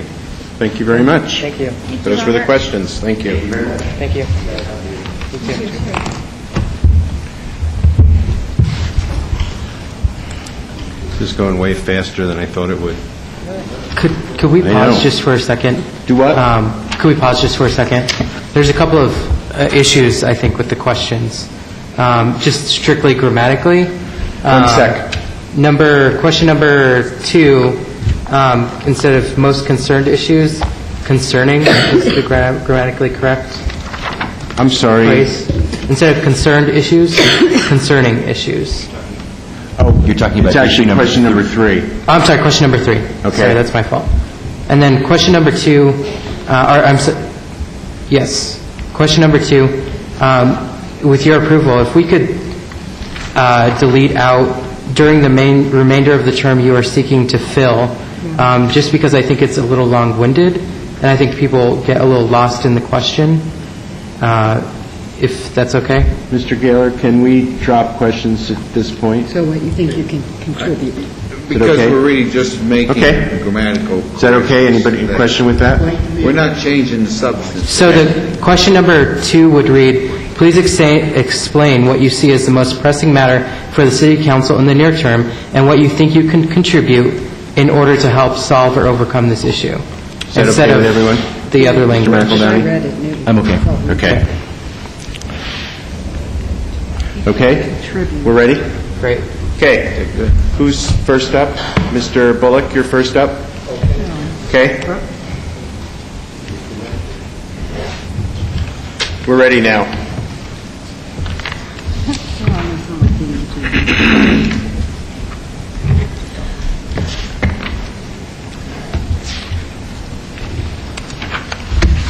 Good evening.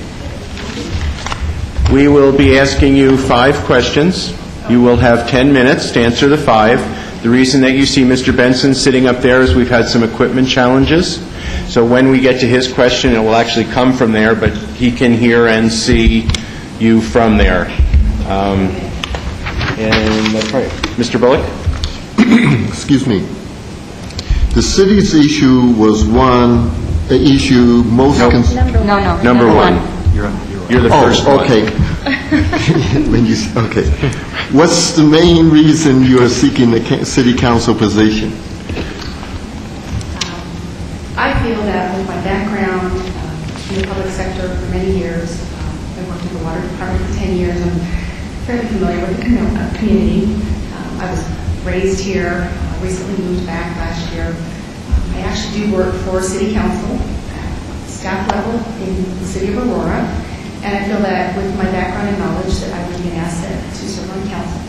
I'm truly passionate about my community and would like to get involved in revitalization efforts. I think I would be a good person to do that, the right person. Good. Thank you. Hi, Crystal. Dominic Moreno, Ward 1. Question number 2. Please explain what you see as the most pressing matter for the City Council in the near term and what you think you can contribute in order to help solve or overcome this issue. I think I'll go back to the revitalization. There are many things that can be done, and I know it's just a matter of getting the right people to do that. Again, dedication and passion. But I think there's a lot of people out there that really don't know where to turn to for assistance. And I think if we have a lot of programs in place, which in fact I've seen online, that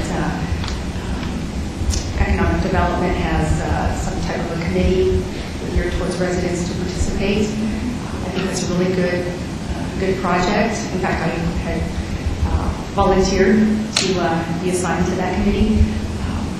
But overall, in a nutshell, I would definitely say revitalization efforts. Great, thank you. Hi, Crystal. I'm Jim Benson. Of course, the real reason I'm up here is because I have to have a light to be able to see, and I have to have a headset to be able to hear. So that's why I'm sitting here, but I can hear everything you're saying. Okay. Okay, the next question would be that the city's image was one of the most concerned issues in recent surveys taken of our citizens. What, if anything, would you do to continue to improve our city's image? You know, I've lived, well, I grew up here, graduated from Madison High School, moved away for a few years, and then recently moved back last year.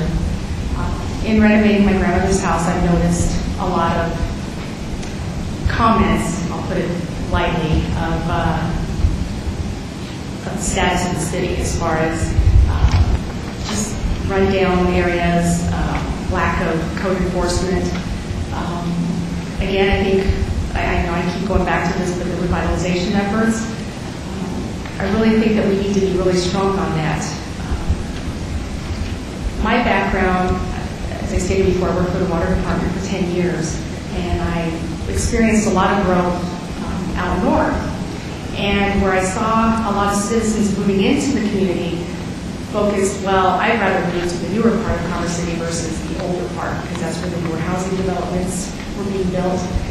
And, you know, it's kind of sad to hear that, because I know that there's a lot of potential. I know that I had spoken with Dominic months ago about the Tasty Donuts area, and there's a lot of potential with a lot of businesses to be brought into the area. So just going back to that, I just really feel that if we can network and get a large group of people together to do these projects, I think that would really help the image of Commerce City.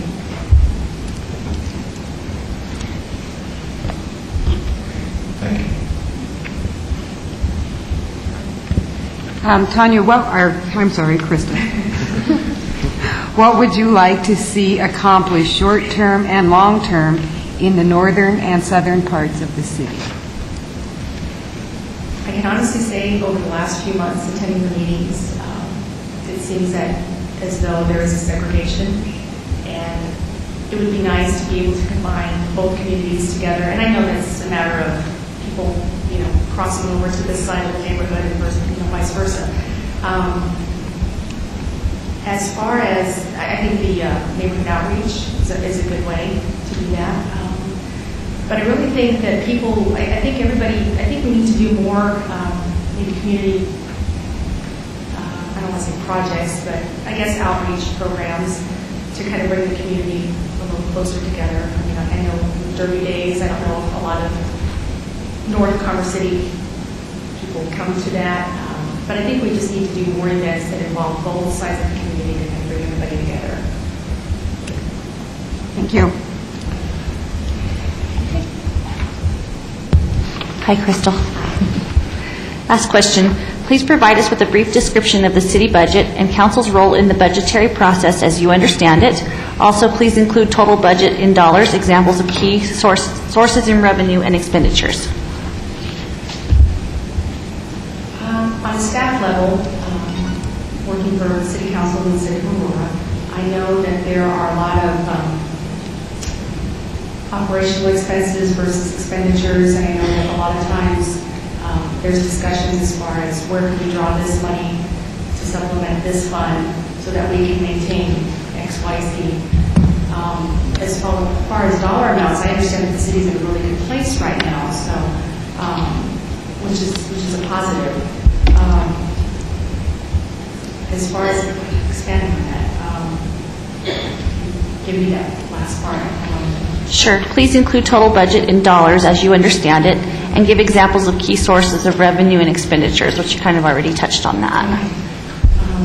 As far as the dollar amount, you want me to give a dollar amount? Or Do you know the total city budget right now? I don't know the total city budget. Okay, that's fine. Okay. Thanks. Okay, thank you very much. That's the questions. Okay. Appreciate your time. Thanks, Crystal. Thanks, Krista.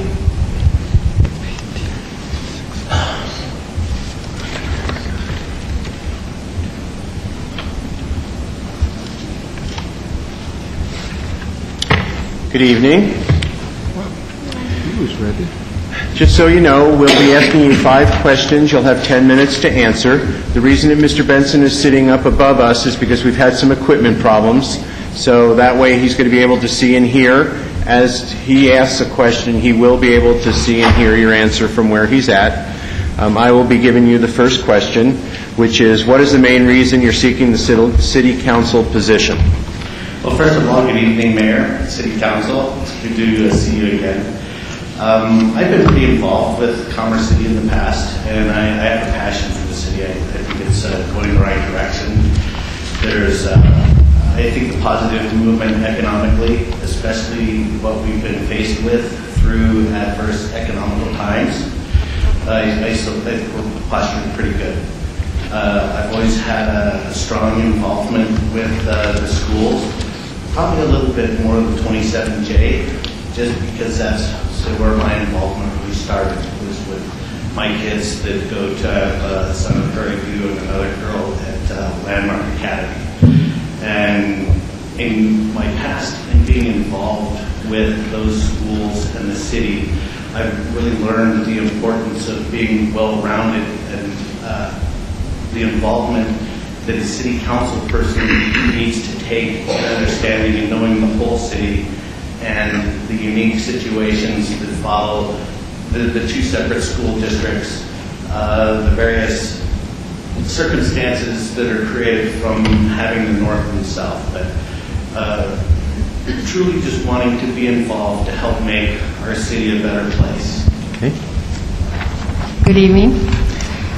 Question number 2. Please explain what you see as the most pressing matter for the City Council in near term and what you think you can contribute in order to help solve or overcome this issue. What I feel I can help bring to the City Council is to help with the current issues, whether it be economic certainly being a pressing matter in our city as well as across the nation. But to help with ensuring that we make good, well-thought-out decisions, I would bring good, healthy debate so that we would look at all options for any decision that we make regarding any issue in the city. Certainly knowing that one of the main areas that we have to concentrate is maintaining the business that we have, as well as attracting new business, and trying to do that in a well-thought-out process that continues in the long term as well as the short term. Thank you. Good evening. With my mic on, good evening. Can you please, or the city's image has been one of the issues of most concern in a recent survey taken by our citizens. What, if anything, would you do to continue to improve Commerce City's image? One of the areas that, or part of the solution, I feel, to working with Commerce City's image is just getting, almost showing off a little bit. I think that Commerce City is being a lot more noticed just in its fiscal responsibility and how we're going to weather the storm. The quality of life that's created through the parks and recreation and creating the trails and developing areas that reflect the positiveness of Commerce City. I think these actions will speak volumes, and as time progresses and the word gets out, and as the people's, the citizens of Commerce City's positive aspect shines through, that eventually is going to translate into a better positive image throughout the city.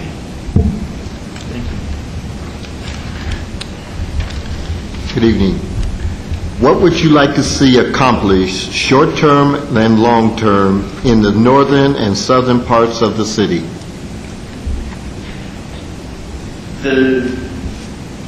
And that's something, the short-term positive aspects, I think a lot of the wheels are in motion in progressing.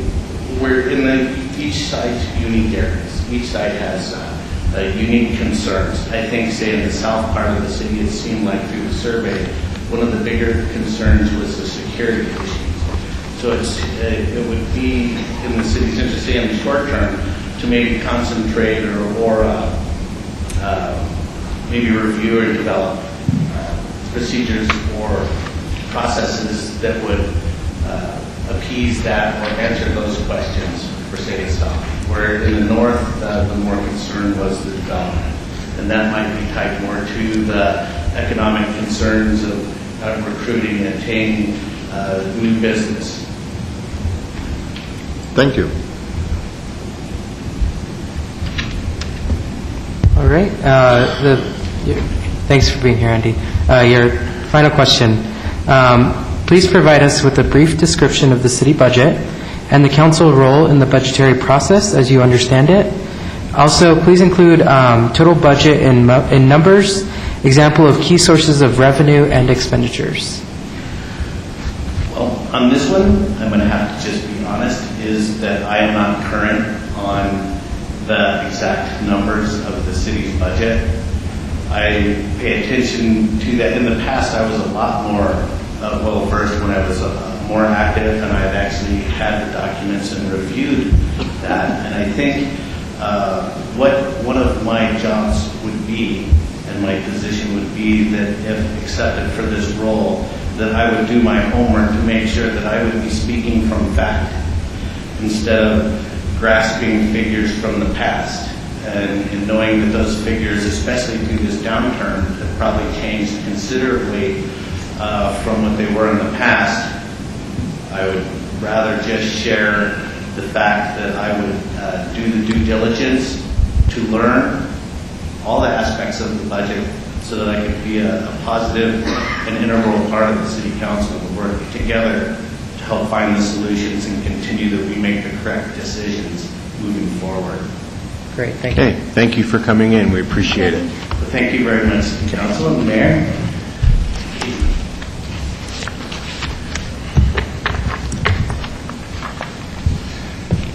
We're supposed to get a break now, but can we keep going? Is everybody okay? Everybody okay? Okay, ready.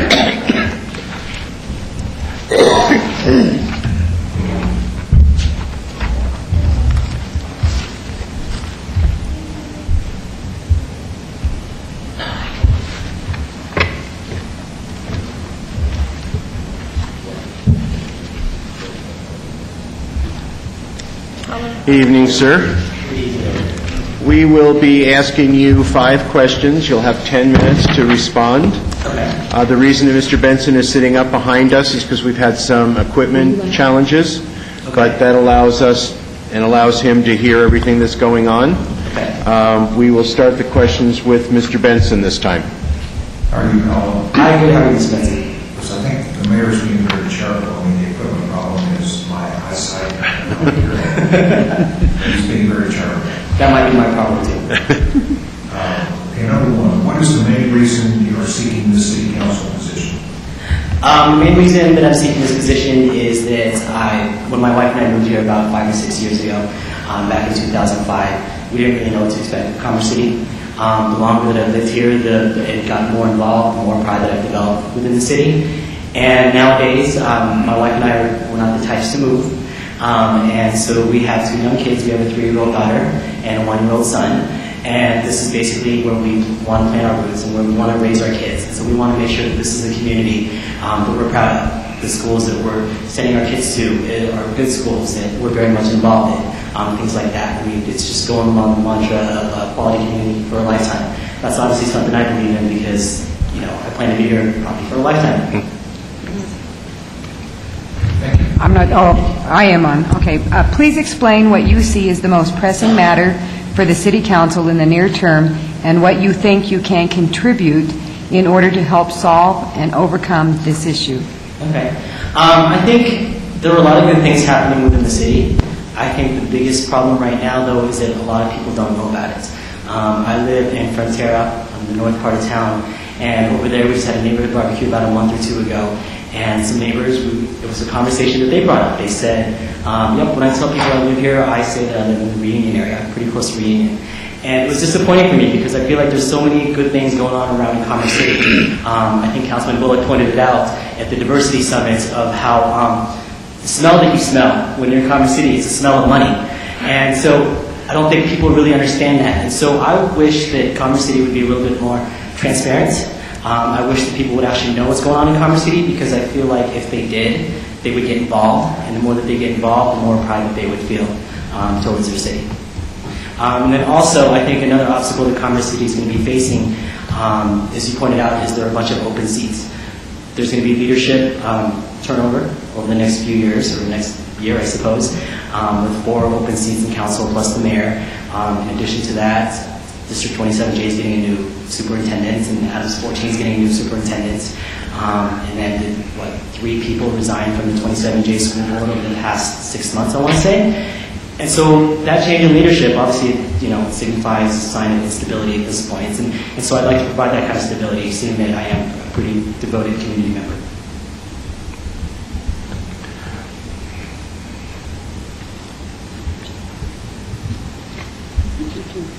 Your turn. We're on number 3 right now. Hi, Paulo. The city's image was one of the most concerning issues in the recent survey taken by our citizens. What, if anything, would you do to continue to improve Commerce City's image? First of all, talk about it. I mean, like I said, there's a lot of people who really don't know what's going on in Commerce City. Derby Days, neighborhood outreach, definitely things like that. The parade. This was my first year going to the Memorial Day parade, and I was just talking to some people from Cultural Council, and I pointed out how, wow, this is a lot bigger than I thought. And if people could actually see that, and people could get involved in that, I think that would definitely go a long way. In terms of economic development, obviously that's a big hot topic issue. I know that a lot of progress has been made, and I'm glad that you guys are being very careful to make sure that we're not putting businesses in there before they're ready to thrive. And so I feel like residents need to know that progress is being made.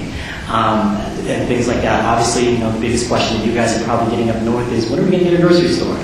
Or as Councilman Moreno wrote in the paper, of how his mom's been nagging him for Applebee's. Definitely things like that. And I just want Commerce City residents to become a little bit less impatient, just because I feel like progress is being made. I think City Council can help with that by basically being a little bit more transparent, as I pointed out. Thank you. Okay, what would you like to see accomplished short-term and long-term in the northern and southern parts of the city? Okay. In the northern part of the city, economic development would obviously be a big one that everybody's talking about. I feel like the challenges with that is we were kind of sandwiched between Denver and Brighton, and so we're competing with Northfield, we're competing with Prairie Center. But I also know that economic development team is basically working really hard to make sure that that doesn't happen. I think the Business Advisory Committee and Citizens Advisory Committee is going a long way to really let the citizens' voices be heard.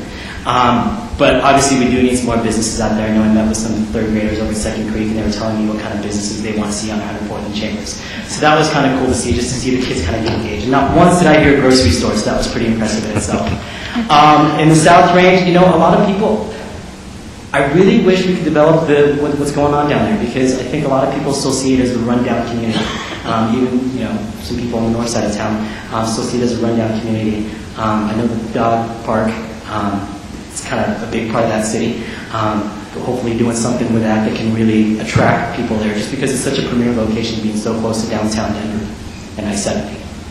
Okay. Good evening. Your final question. Please provide us with a brief description of the city budget and council role in the budgetary process as you understand it. Also, please include total budget in dollars, examples of key sources of revenue and expenditures. Okay. To be quite honest with you, I'm not exactly sure what our total budget is, but I do know that Commerce City, luckily with City Council, you guys have been very responsible with the funds lately and been avoiding the red, which is definitely a good thing. I know that a lot of revenues come from the businesses such as UPS and such as Suncor, and that's where the money comes from, as Councilman Bullock pointed out. And I know that not a lot of money comes from property taxes as far as residential stuff, so we know it really does come from a lot of the businesses. And that's why it's so important for us to draw further businesses over here. And, you know, Parks and Rec, I think, gets a good significant amount of budget, probably not enough. I feel like Commerce City does need to gain an identity, something that people can really associate with. That's what Commerce City is about. That's why I want to go to Commerce City, especially with the potential of the National Wildlife Refuge, with the trails there, the Second Creek Trail. I'd definitely like to see more funding there, and I'm not really quite sure how much we're spending on Parks and Rec. Thank you, sir. Okay, thank you very much. Appreciate your time. Great, thank you guys. Thanks, Paula. Thank you.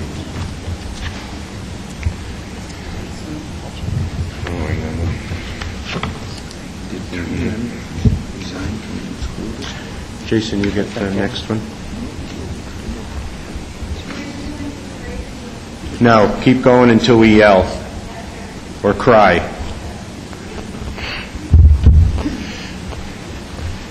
Just for the audience, the reason I keep looking at my phone is that's where my clock is. Evening. Terrific. And yourself? Okay, we will be asking you 5 questions. You will have 10 minutes to answer all 5. The reason that Mr. Benson is sitting up above is because we've had some equipment challenges, and that's going to allow him to hear the questions and be able to see them. When he asks this question... Uh-oh. Maybe Carl isn't here. No, I'm sorry. This is Dr. Sumner. Oh, right. Okay. Yeah. I wanted to specify. You didn't show up? I want to make sure you're not Carl. He didn't show up? No. Yes. So as he asks a question, if he happens to be the one that asks it, it'll be from up above. Don't fear, it's not God talking to you. Mr. McEldowney. Thank you and good evening. Please share with us the main reason why you're seeking the city council position. I moved to Commerce City 2 years ago, and since that move, I have embraced this community. I feel that there's a lot of potential in this community. I was appointed to... Just, a little bit, yeah. I was appointed to Great. the Liquor License Authority. I also volunteered for the Historical Society, the Cultural Council, the Adams County Historical Society, the South Adams Women's Association, because I wanted to become involved in the community. I feel that there's a lot of potential for this community, and I want to protect its past while also promote its future. And I think that joining council would be that opportunity. Okay. Please explain what you see as the most pressing matter for the city council in the near term and what you think you can contribute in order to help solve or overcome this issue. Okay. I feel that in Commerce City itself has a lot of untapped resources and opportunities that the council and the city itself should look at. I do think that education and partnerships with the high schools in this community are something that I would embrace and that I would like to see the council embrace as well as a more cohesive community. I know we refer to the north and the south. I happen to live up in Reunion, and I just feel that the population of the Reunion area is not as well versed in the history of Commerce City as I think it should be, because it's those residents that have not been in the city for a long period of time. So I feel that there should be a promotion of Commerce City itself, the history of Commerce City, as well as where it can go in the future. I feel that my abilities to help the council do that, I feel that I can cross demographic populations. I can relate to the very young. I churn butter at the Adams County Museum. At the same time, I'm on the Historical Society. So I feel that I can work with all age groups, genders, nationalities. I feel that I'm very interdisciplinary when it comes to my background, and I can speak eloquently to public officials or the common citizen on the street. Thank you. All right. I'll be asking the next question. The city's image was one of the most concerning issues in recent surveys taken by our citizens.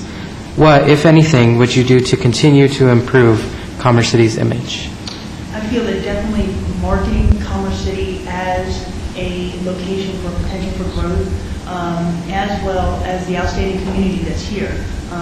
We had 10,000 people attend the Memorial Day Parade, and that's just a testament to the citizen population that's here. But those that are outside the community obviously don't have that particular image. So I definitely think marketing our image, getting out and promoting the image.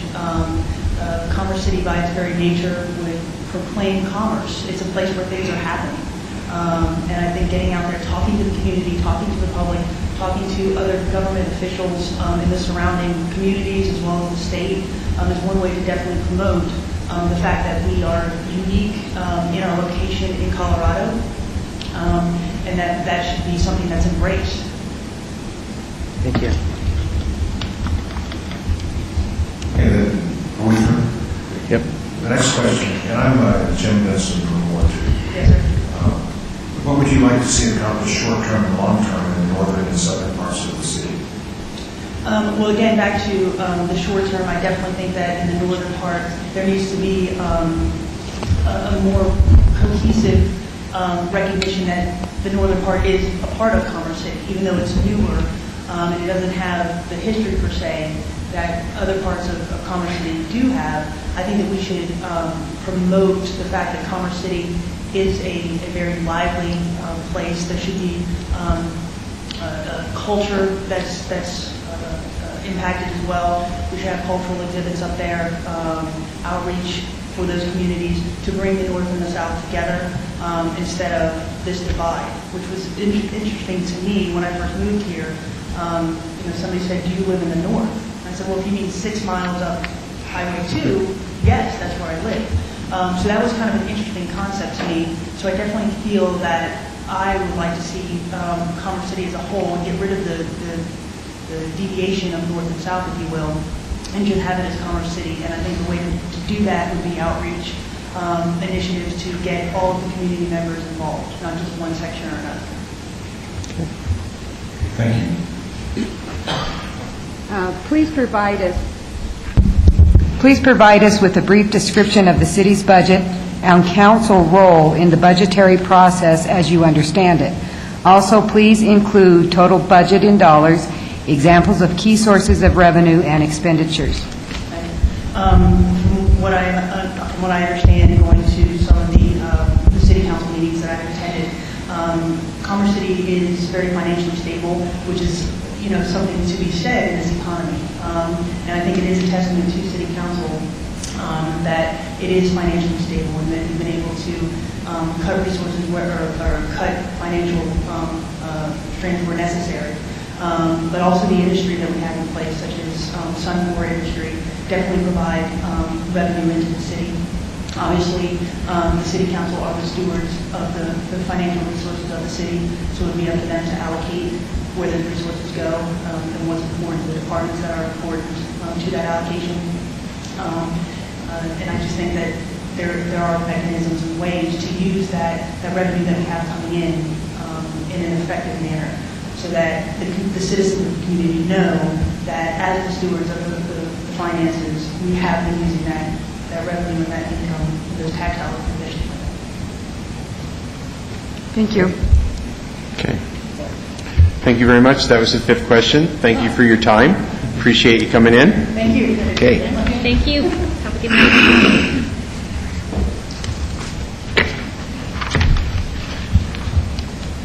And I'm just going to keep this rolling until somebody cries, right? Okay.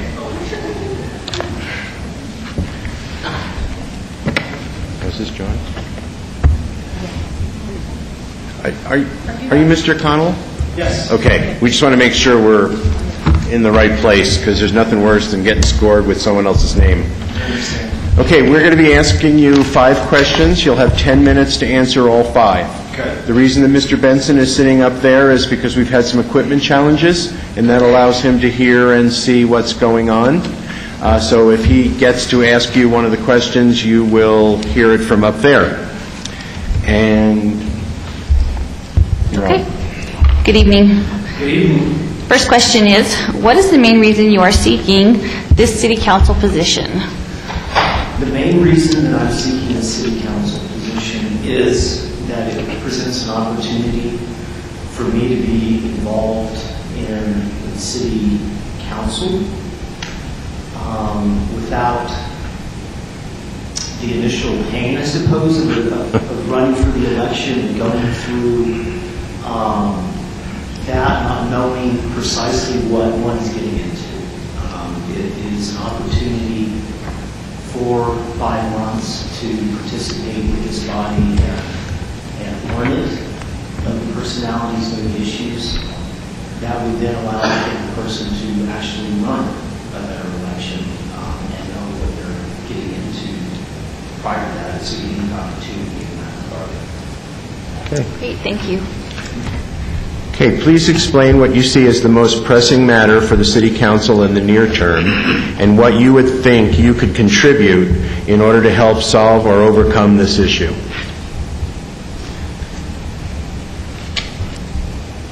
The most pressing? Most pressing. Well, the most pressing issue for the council is difficult for me to answer. The one that would be most pressing in my mind would be, of course, the proposed pipeline close to our neighborhood. I think probably the most pressing issue for the council would be finances. Budget coming up with the economic pressures that, macro level economic pressures that in my level as well, to the city specifically. I think being able to have a balanced budget, being able to fund programs that are of interest to the community, would in this council's mind be what I would expect to be probably from the issue. Okay, thank you. Good evening. The city's image was one of the most concerned issues in recent surveys taken by our citizens.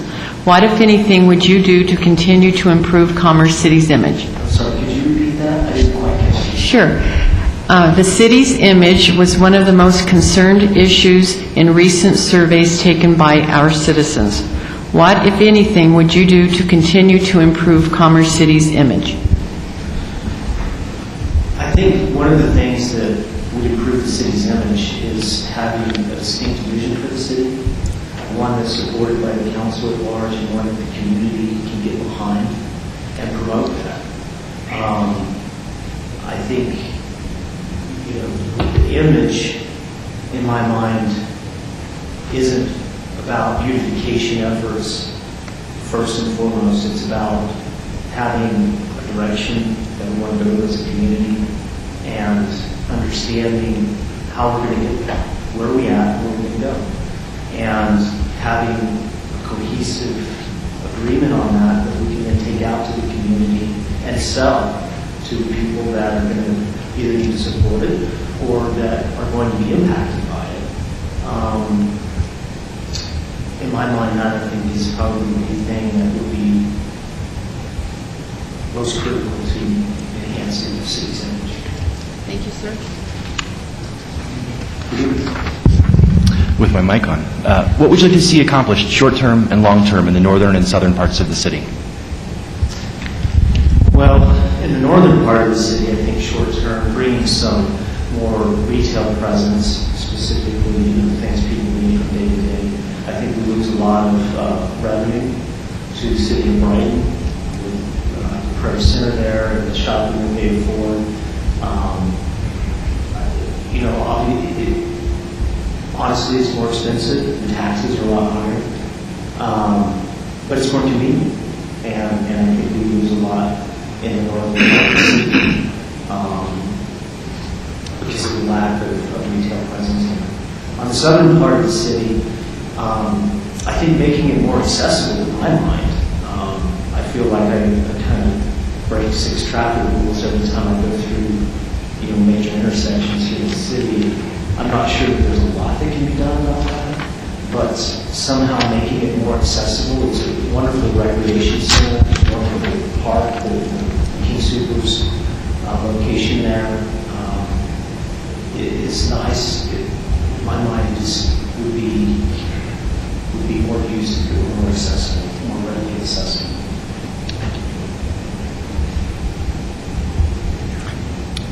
Thank you. Please provide us with a brief description of the city budget and council's role in the budgetary process as you understand it. Also, please include total budget dollars and examples of key sources of revenue and expenditures. Sure. Can I refer to Yes. So as I understand it, the city's budget is approximately $45 million in revenues and about $50 million in expenditures.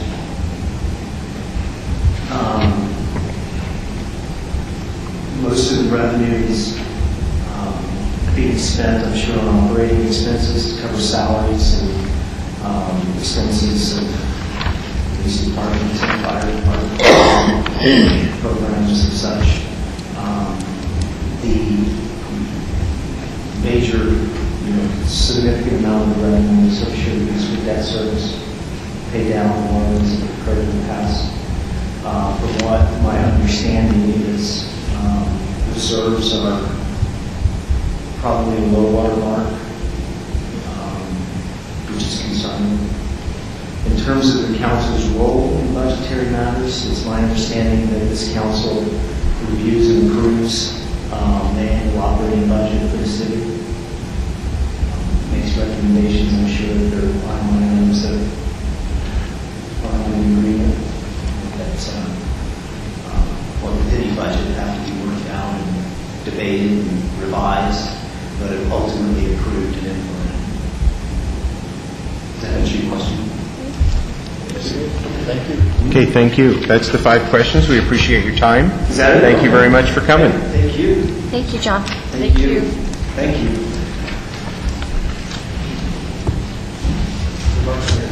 Yeah. Yeah, definitely. What? 2 for a break. After break after Joe. Okay, we'll make a break after Michelle, we're going to take a break after this one? Yep. Okay. Good evening, sir. Good evening. We will be asking you 5 questions. You will have 10 minutes to answer. The reason that Mr. Benson is up sitting above is because we've had some equipment challenges, and that allows him to hear and see what's going on. Okay. So when he asks a question, it'll come from up there. Okay. Thank you. Hi, Joe. First question. What's the main reason you're seeking the city council position? The main reason I'm seeking this position is my dedication to this community. Having worked here as a police officer for 16 years, I am deeply committed and dedicated to this community. As most of you know, I ran in 2009 for Ward 3 and lost that.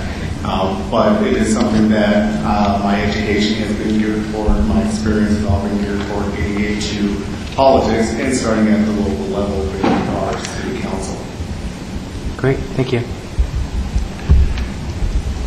How are you, Mr. Senator? Good. How are you doing? Next question. Please explain what you see as the most pressing matter for the City Council in the near term, and what you think you can contribute during the remainder of the term you are seeking to fill in order to help solve and overcome this issue. Most pressing issue, as in any other community, I believe, is economic development. Along with that economic diversity, we need to not just limit ourselves to certain industries. We need to make sure that we're diversifying that. However, in 4.5 months of the appointment, I will do everything I can to work with this council to continue providing those incentives. We just recently extended those incentives, which I think was one of the best things that could happen, and to keep that going strong and support those type of initiatives to bring those businesses in, to expand those businesses, to retain businesses, and provide job opportunities. Thank you. Joe, the city's image was one of the, actually, you and I have done this before, haven't we?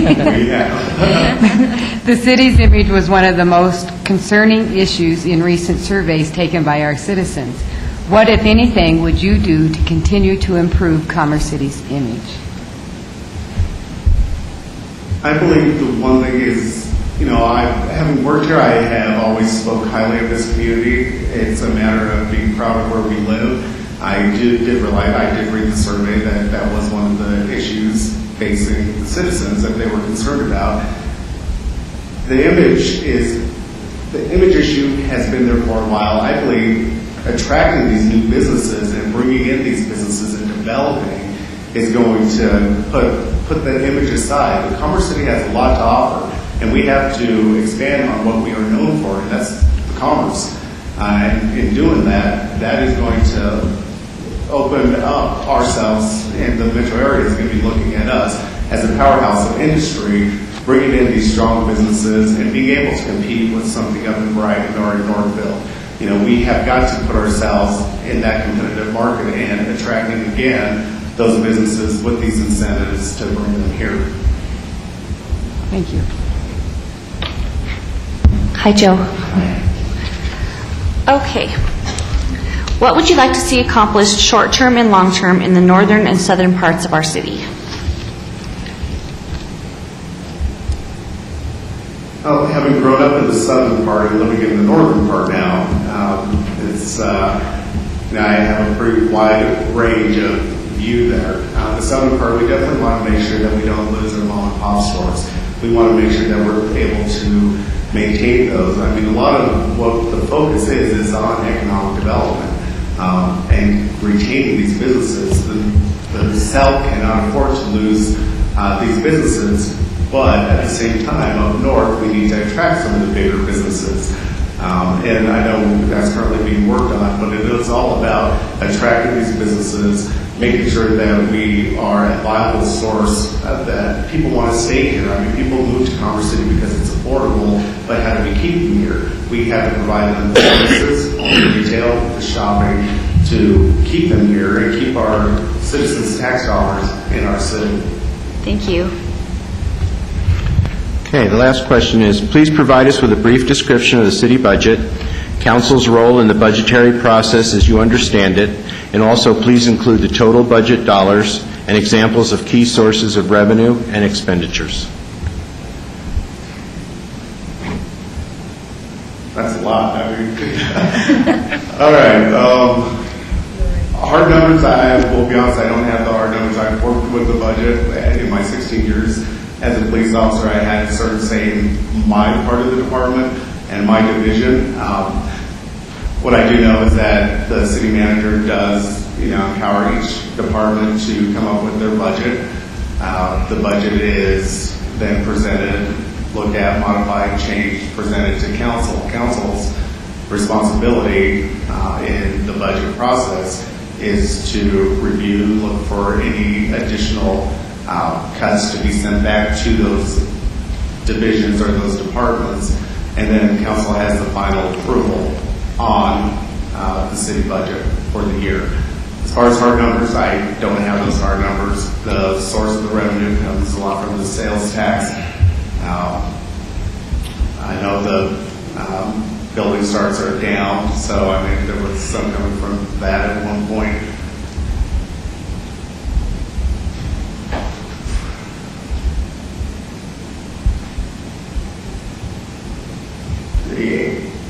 I'll just leave it at that for now. Okay, thank you very much. Those are the 5 questions. We appreciate you coming in. Thank you for your time. All right. Thank you. Okay. Thank you. I'm not going to put a time on the break. As soon as we can get everybody back here, we'll start again.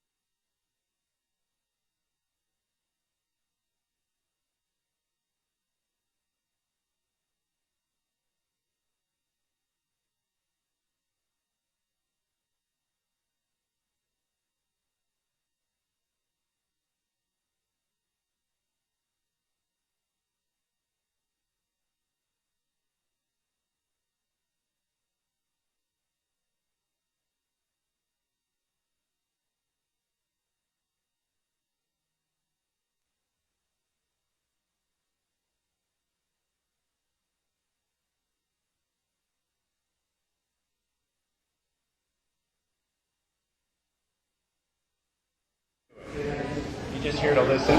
Yeah. Wonderful guy. Who are you?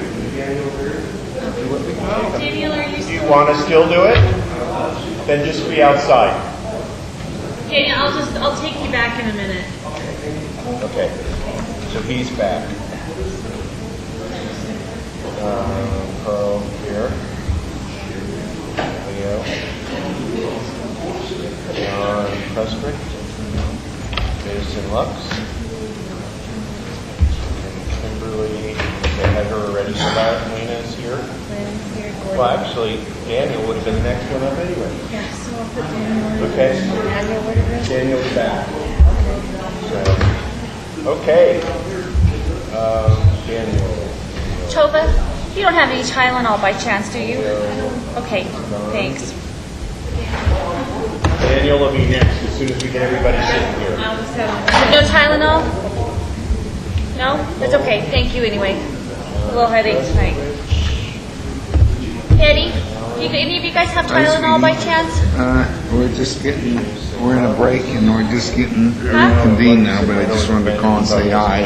I'm sorry that you had all that dilemma going on, but you got it straightened out. That's a good thing. So I got it in the trunk of my car for you.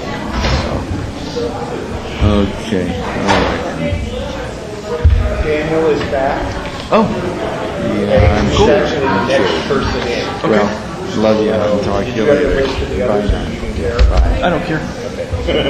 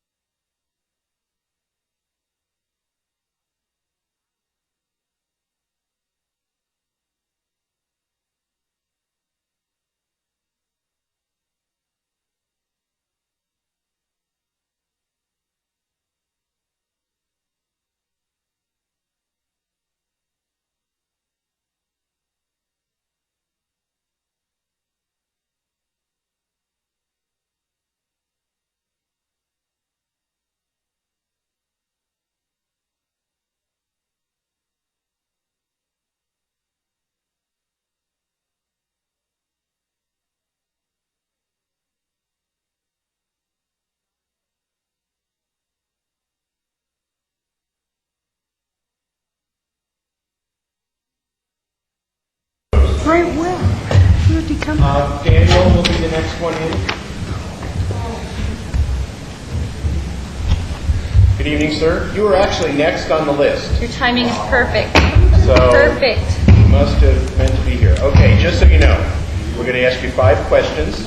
You're going to have 10 minutes to answer them. Okay? Mr. Benson is sitting up above, so as he asks a question, it will be up there. We've had some equipment challenges, so that he can, that's part of the equipment challenges. So when he asks a question, it'll be up there, but he can hear and see you from that point. Okay. Was I last? Okay. So Kathy, you start. Okay, the first question this evening for you is, what is the main reason you are seeking this city council position? I guess there are a few reasons why.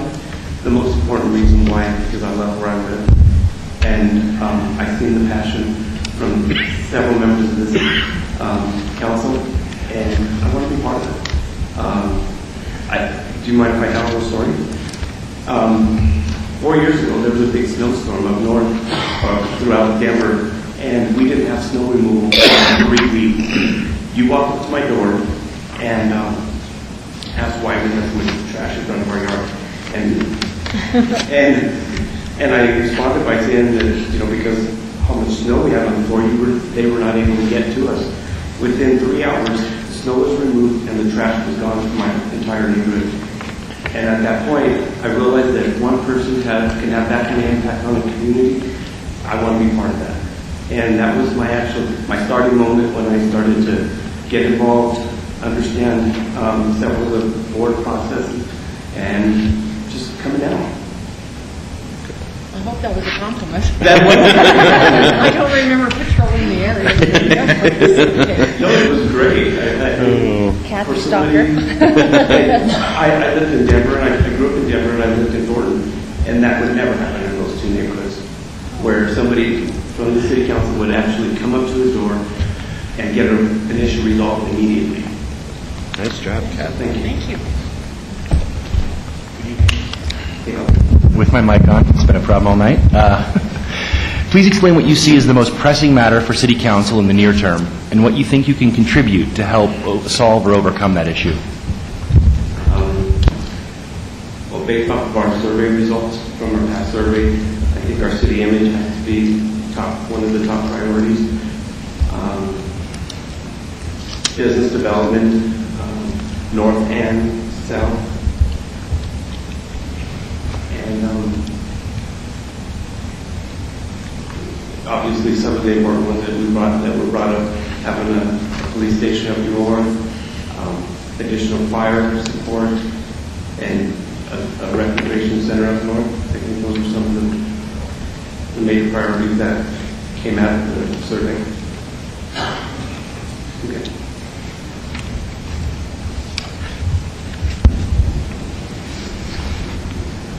The city image was one of the most concerning issues in recent surveys taken by our citizens. What, if anything, would you do to continue to improve Commerce City's image?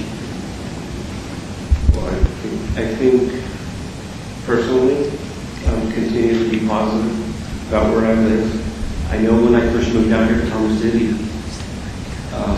several members of my family, when they thought I was moving to Commerce City, said, "Did you lose your job?"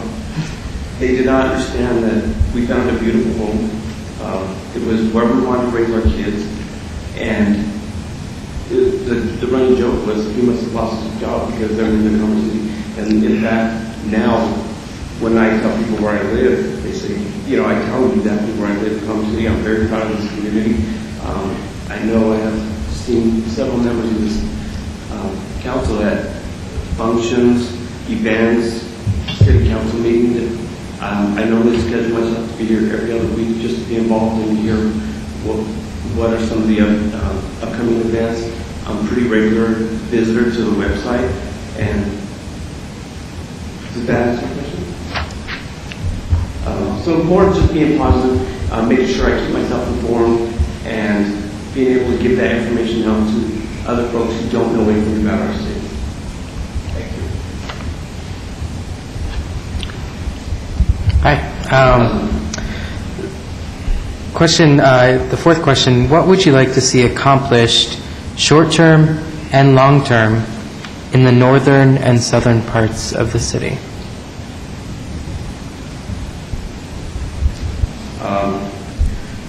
Definitely we want to continue to have a budget and to make sure that we do not go over budget. That would be the first thing, so we don't have the struggles that other cities currently have. Second of all, I think some of the reasons I gave earlier, having a fire station up north, police station up north, or expanding on the current city structure here, and making sure we provide the adequate facility support for the community. Great, thank you.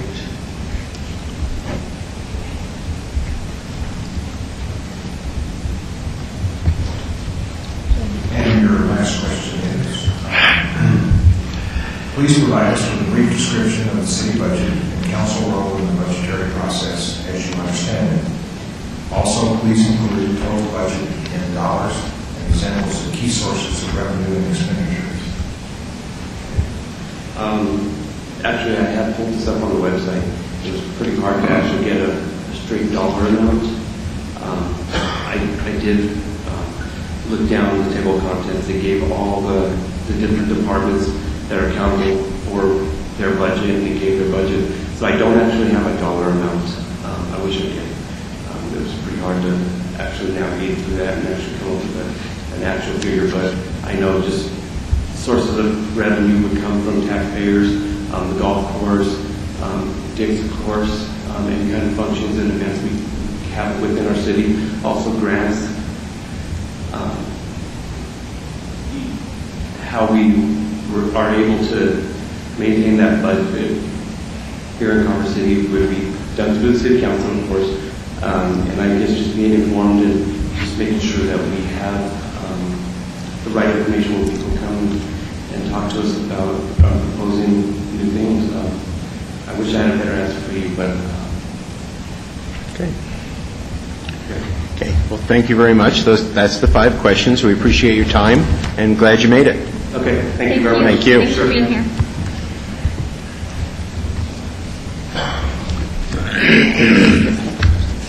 I'm sorry? The next person is Michael Fornelli? Yes, sir. Is that how I say it? Okay. Nice Irish. Yeah. Yes, so is mine. Good evening. Good evening. We're going to be asking you 5 questions, and you will have 10 minutes to answer them. The reason that you see Mr. Benson up on the dais is because we've had some equipment challenges, and with him up there, he has the ability to hear and see what's going on. So as he asks you a question, you'll be able to see it from there. Excellent. Okay. Ms. Carson, you have the first question? Oh, I'm number 1. What is the main reason you are seeking this city council position? Well, I've done community service in various parts of the country, and Parks had been meeting for 5 years, and I'd just like to begin to contribute more to the city. I've been a volunteer fireman here in the city, and I just want to contribute more to the city's progress, growth, and providing a quality environment for our citizens.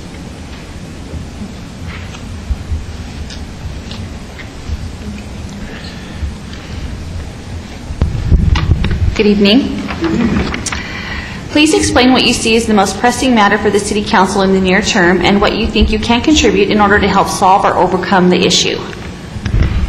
Probably the biggest thing is money issues. Everybody in this economy is really struggling to come up with the finances to get things done. So probably sitting down and seeing what budget items we have, what future growth we need to look at, see where the funding is going to come from, and trying to figure out alternative ways that we can accomplish getting these objectives done. Thank you. The city's image was one of the most concerning issues in recent surveys taken by our citizens. What, if anything, would you do to continue to improve Commerce City's image? Well, about 4 years ago, we had a couple of meetings of the candidates up at Reunion, and one of the gentlemen came in and said, well, why don't we go through and change the name of the city? And a couple of us were looking at it going, wait a minute, change the name of the city? Do you know financially how much it's going to cost for every little thing? I said, why don't we go through and look at the resources that we have, like neighborhood services, police department, and other services we have, and peak them up a little bit more. The car needs to go, the grass needs to be cut. I don't have a 6-inch ruler to be cut. Doing that portion of that, just increasing, one, the enforcement of it, not to be, convoy Nazis per se, to go through and peak up what we have, or resources we have. You need help? Well, maybe we can get a Boy Scout troop to go through and move the car. Maybe we can get a tow truck to come down and take the junk car out of the way. And that would improve the image of the city and, make it a better environment all the way around. I've been around the city as a volunteer fireman. We see certain areas that go, they could use some help.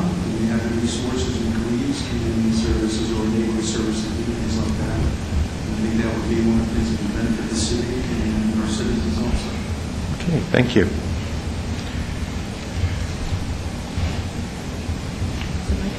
Number 4. Good evening.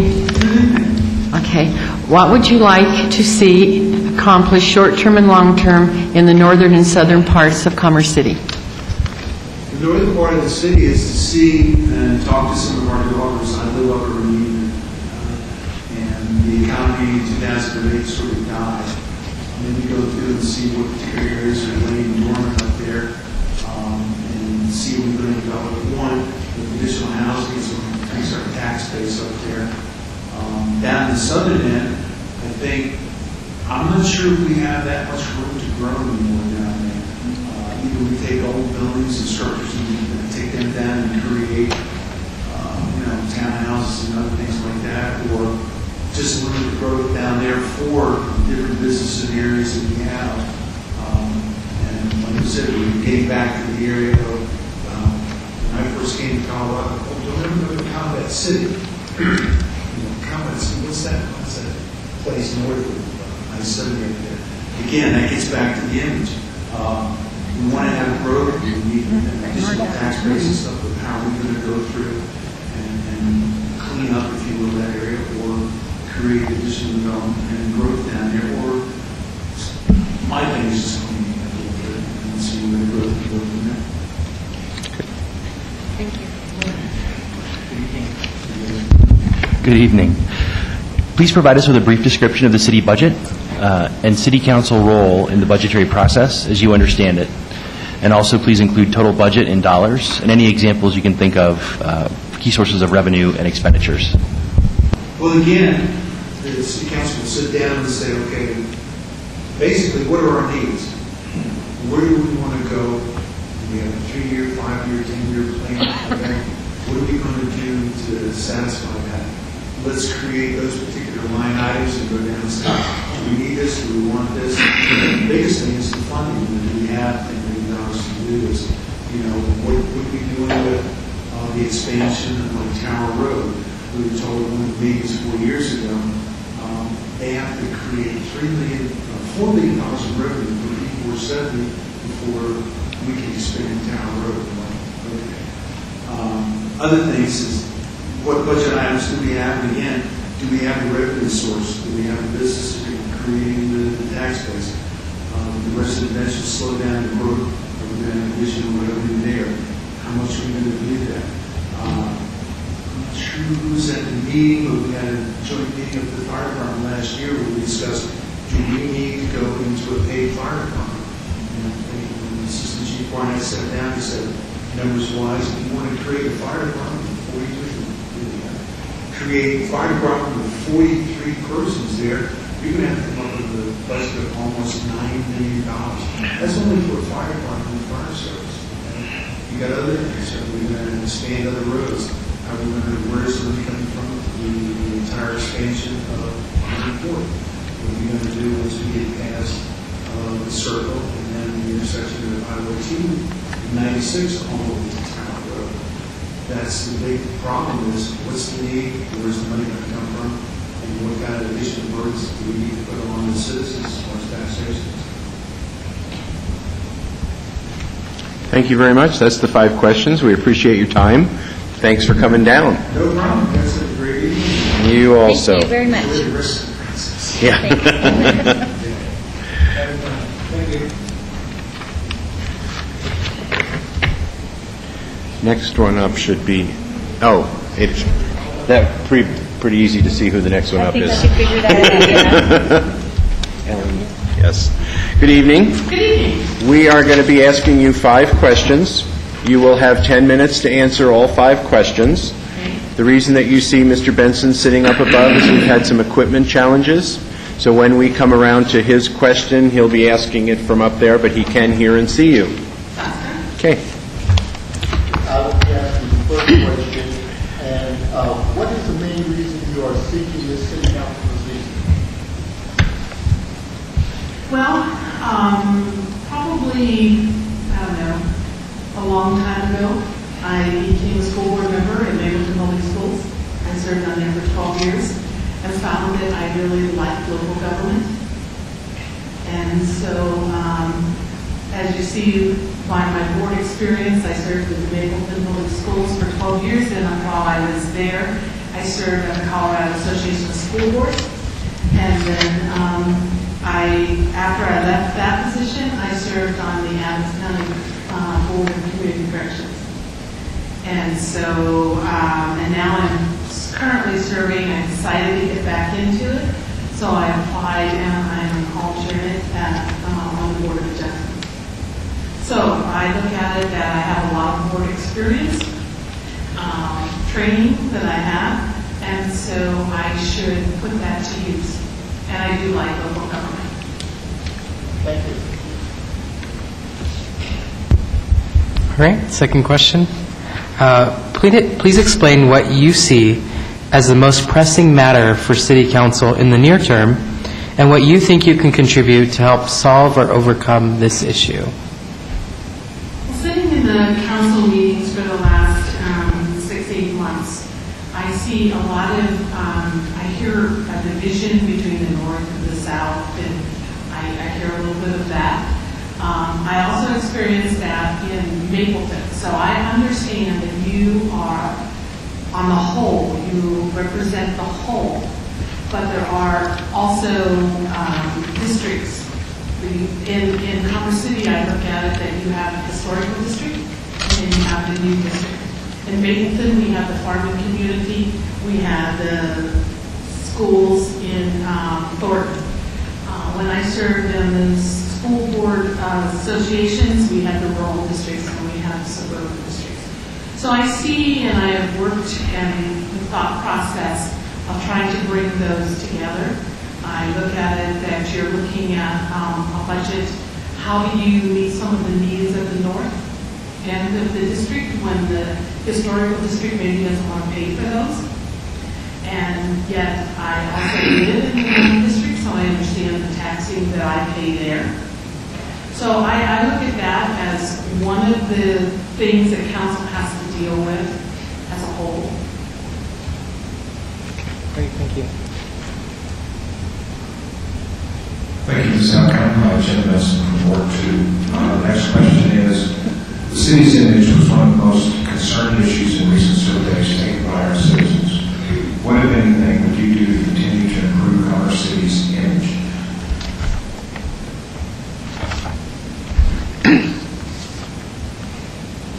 I do believe that image is part of a problem, only because I don't believe that people, they look at the historical Commerce City and maybe what it stood for.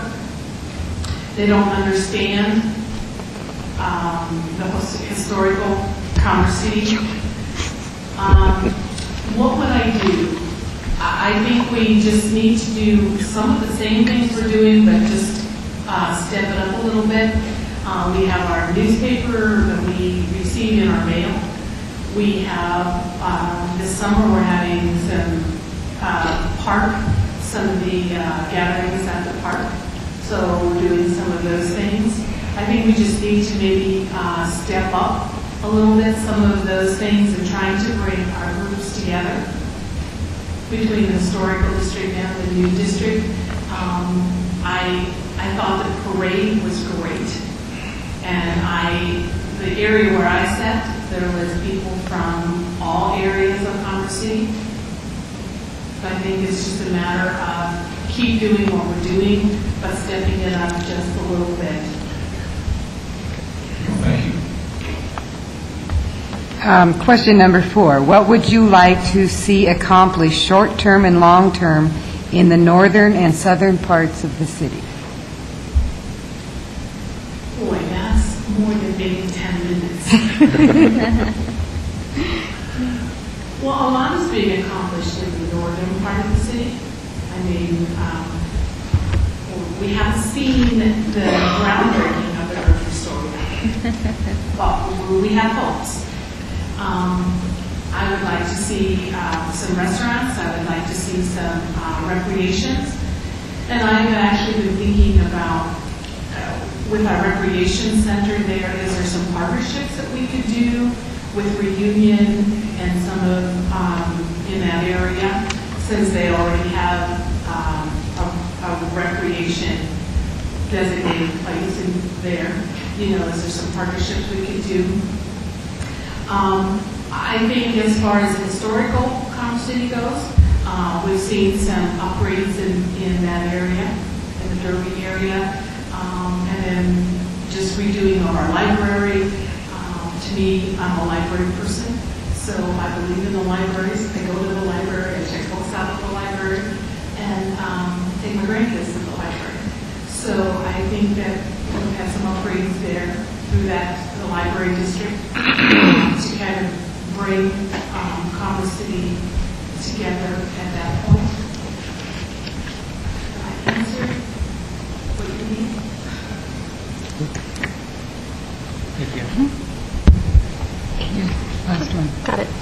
Hi. Please provide us with a brief description of the city budget and council's role in the budgetary process as you understand it. Also, please include total budget dollars and examples of key sources of revenue and expenditures. Kind of a long one there. Kind of a long one, right? Well, I was here the night that we did the elephant. So that has made an impression, and I see in the future that there are lots of dollars that's going to be needed in the budget. I think we need to be creative on how we raise that revenue. And I'm not saying that I have a specific answer for that revenue. I think as a whole, we all can come together and do that and come up with ideas in order to accomplish some of those things.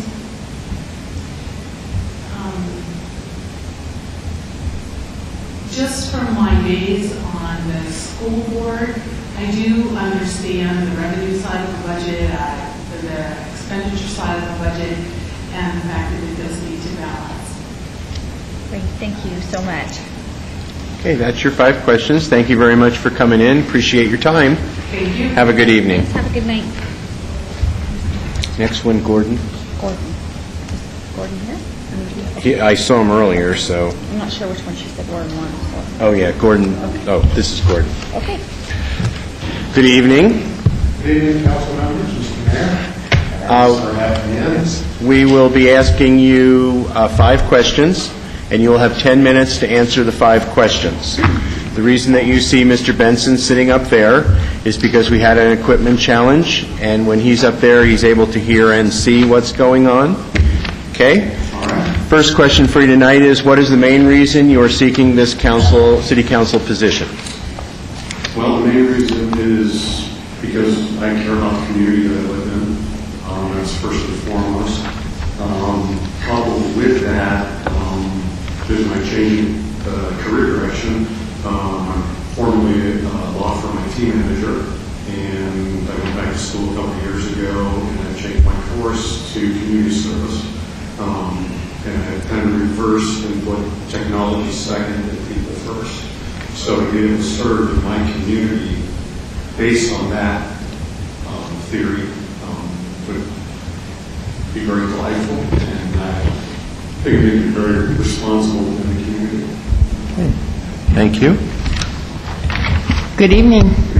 Your second question is, please explain what you see as the most pressing matter for the City Council in the near term and what you think you can contribute in order to help overcome this issue.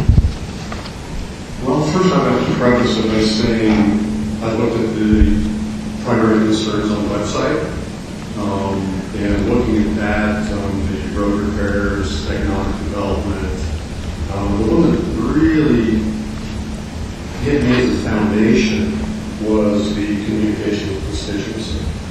Because I think if you're not communicating with people efficiently and effectively, respectfully and properly, you can't solve any of the other problems effectively. You have to know what the needs are. You have to know what your constituency is about. So that's right down to things like how to commute to work, having parks in the neighborhood, how neighbors get along. Because even in the sense of when you have disarray in the community,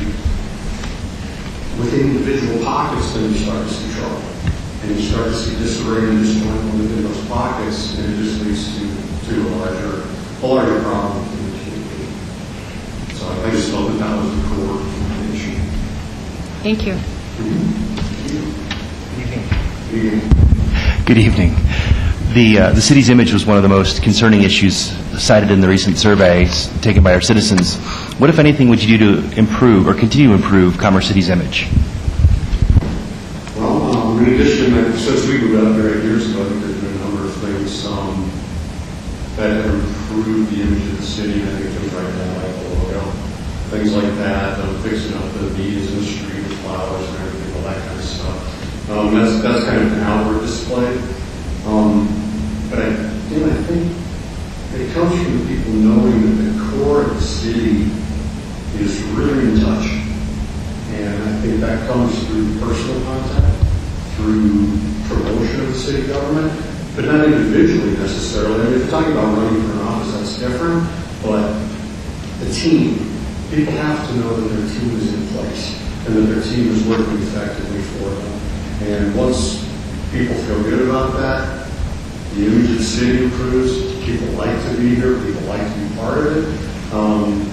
Personally, I always promote Commerce City. I never say, oh, I'm from Liverpool. So I went to college, back to college a couple of years ago, and in every class had the icebreakers and all that. Commerce City, I'm from Commerce City is never a problem. So individually, myself, I can do that. But as part of the team and seeing the team pull that together, I think that's much more important.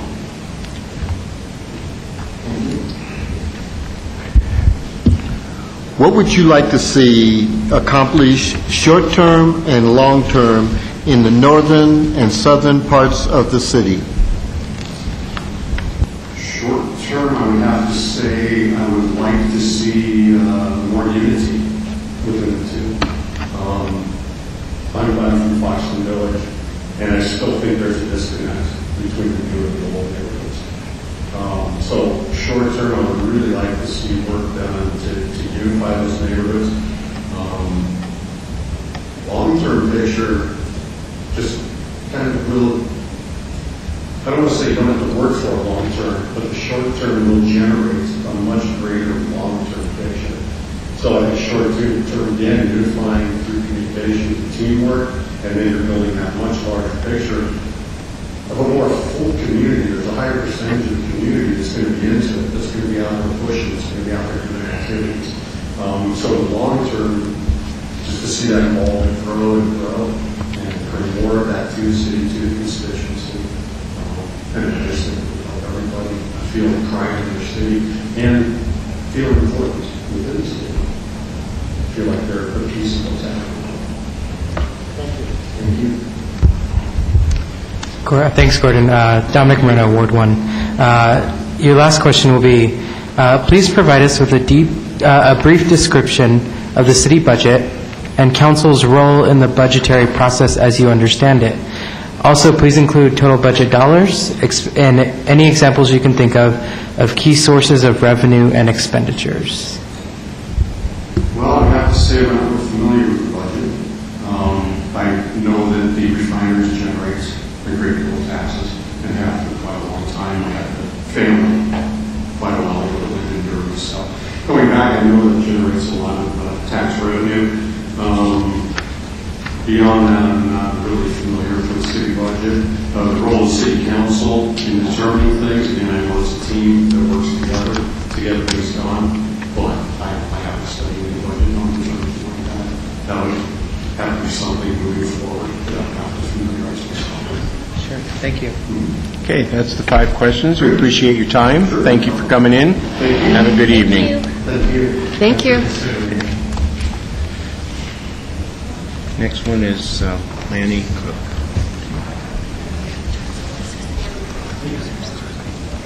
Yes.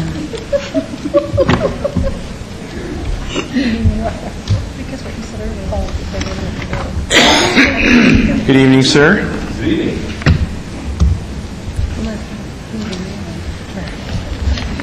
We will be asking you 5 questions. You'll have 10 minutes to answer them.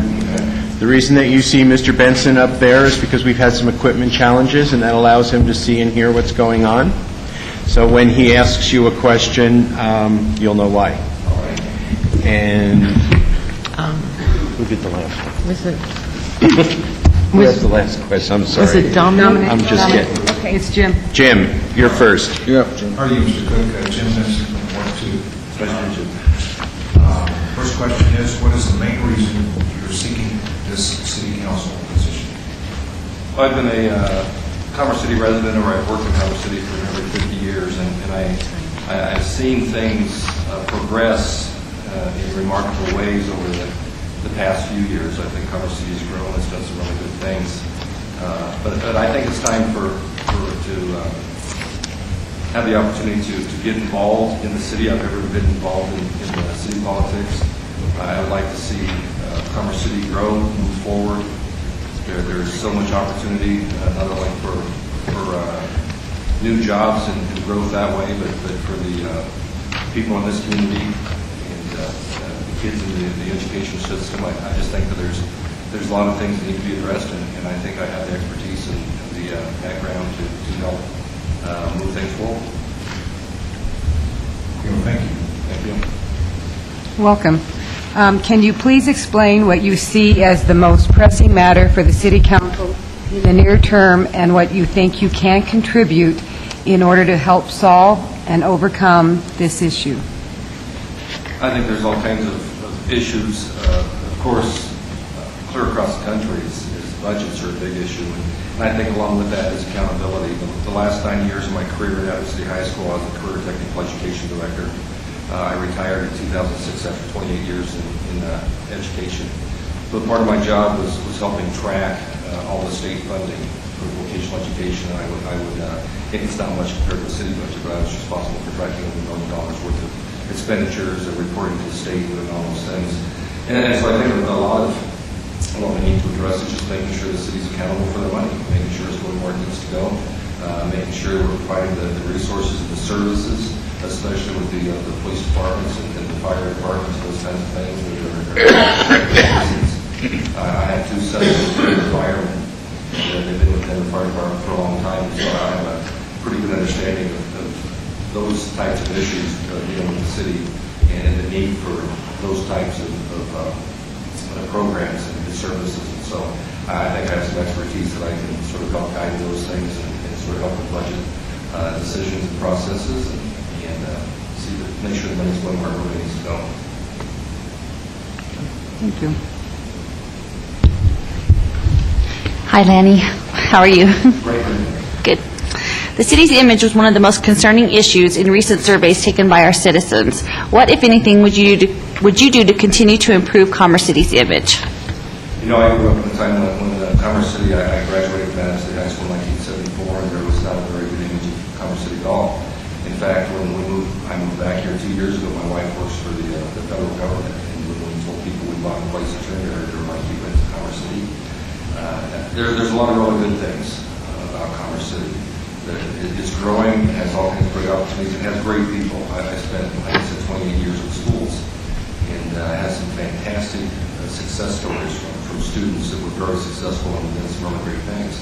I think a lot of it is just the publicity, letting people know what's going on. I mean, you have a brand new city building, you have the even sporting field next door, you have all kinds of great things happening here. We have all kinds of new homes. We have some good schools. I think those need to really improve and step up to the challenge. But I think we just need to get the word out, let people know that it's a great place. There's great people here, and it's really the backbone. We've heard before that the Commerce City population more than triples during the day when people come in to go to work. And I think we need to let people know that we are like the backbone. There's some great people who live here, and we just need to get the word out. It's a great place to live, and great opportunities, and it's just let people know about it. Okay. Next question is, what would you like to see accomplished, both short and long term, in the northern and southern parts of the city? Oops. Yeah, it should be. Is it okay now, Jim? Can you hear that? Test? Is he okay? Okay. Go ahead, sir. Actually, that's there's a disconnect between the main part of Commerce City and the northern parts of Commerce City. There are a lot of nice houses up there. There's been some advancements in the infrastructure as far as changing the roads and building the roads and making things happen that way. But we're really missing out on the retail market that needs to happen up there. Commerce City is losing a ton of money by not operating any retail, any stores, even any businesses, any stores for the most part in that area. There are a few gas stations. There's lots of congestion on Highway 2. There's just lots of things that need to happen to make it part of the city and take advantage of more tax dollars coming in by continuing to expand the area. Pushing to have more housing completed. There's a lot of developments out there that are sort of stagnated. A lot of it has to do with the economy. But I think that we really need to push to really take advantage of the growth up there and provide the services up there that we need that the citizens expect. Okay. Thank you. Good evening. Kathy Teeter, at-large council member. Please provide us with a brief description of the city budget and council role in the budgetary process as you understand it. Also, please include the budget in dollars, examples of key sources of revenue and expenditures. I haven't looked at the budget. I really haven't. I actually just decided to apply for this position last Friday and just put my name in the hat. I haven't had the chance to do that. I was referred to, I'm not very familiar with the school district budgets. Actually 28 years and being a program manager there. I'm sure there's a lot of similarities between the city council and the school district. And I'll be honest, to answer Renee's question from earlier, is I haven't been to a city council meeting before. I've been to lots of school district school board meetings and stuff, but I'll just throw that out on the table. I don't have the expertise, but I also have 4 college degrees, a lot of background, and a highly educated type guy, in spite of the way some people perceive me since I taught vocational education for so many years. It wouldn't take me too long to look at the budget, figure it out, and move forward with that. Okay, thank you. That's the 5 questions. We appreciate your time. Thank you very much for coming in, and drive safe going home. Thank you. Thank you.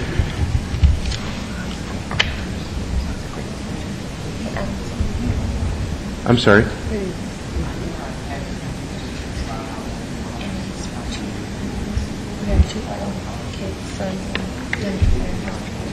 Oh, yeah. I was excited to see him on the list when I saw him on the list. I was like, wow. Good evening.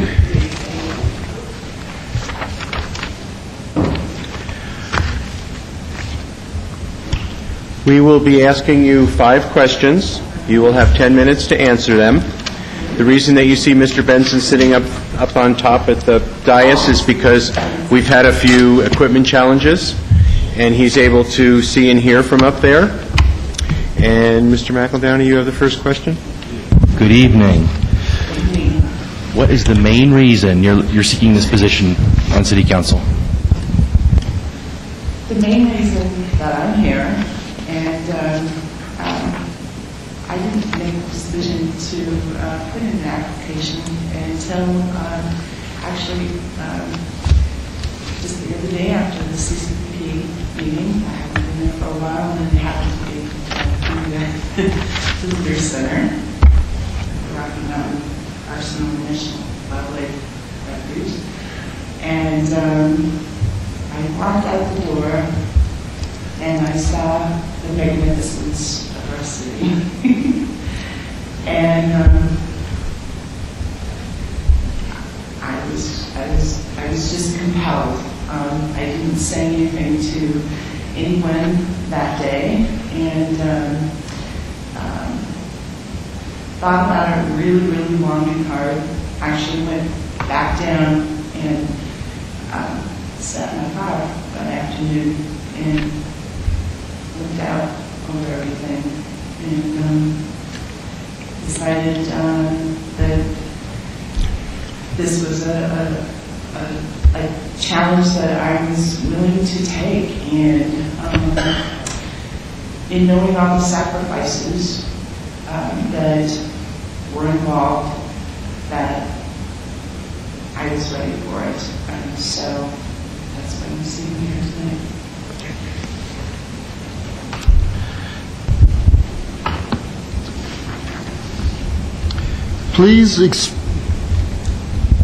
Please explain what you see as the most pressing matter for the City Council in the near term, and what you think you can contribute in order to help solve or overcome this issue. Actually, probably the issue that I see is most pressing with the city is that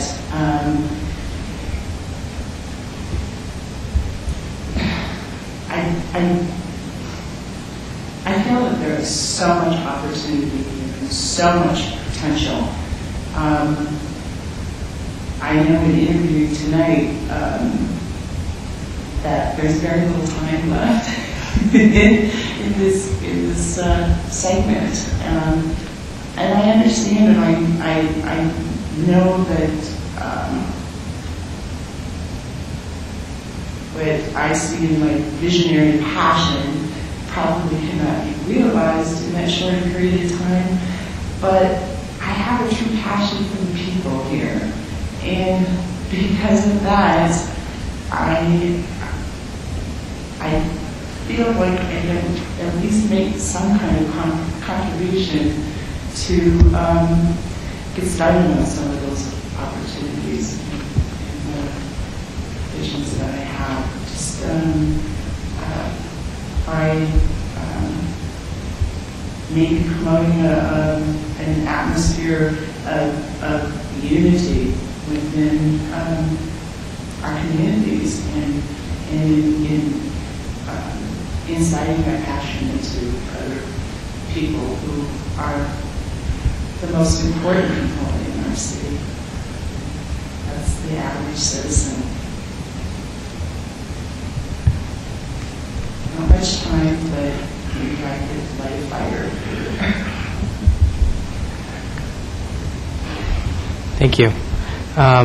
The third question, the city's image was one of the most concerning issues in recent surveys taken by our citizens.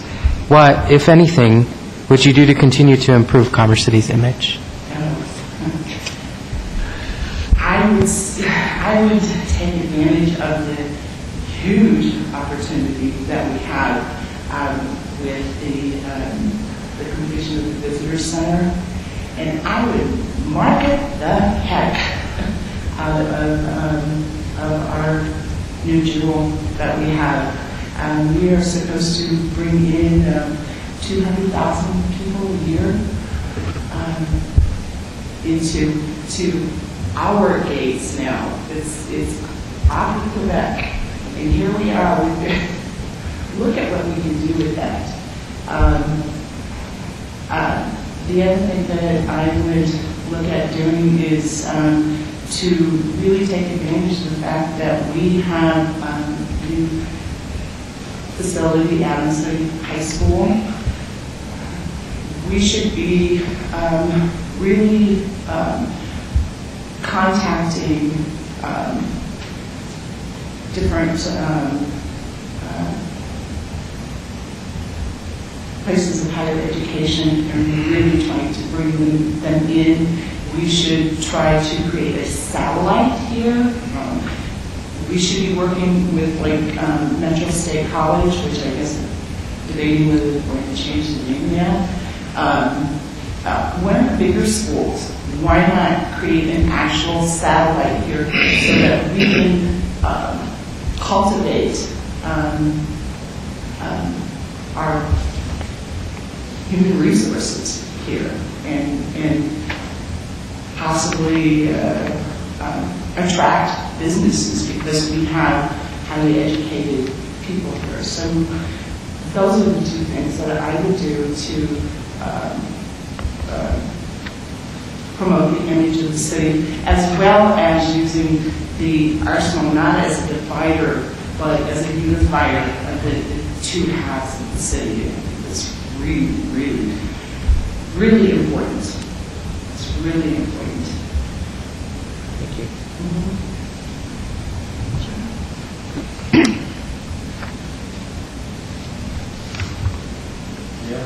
Come on, Jim. So, Yes. what would you like to see accomplished short-term and long-term in the northern and southern parts of the city?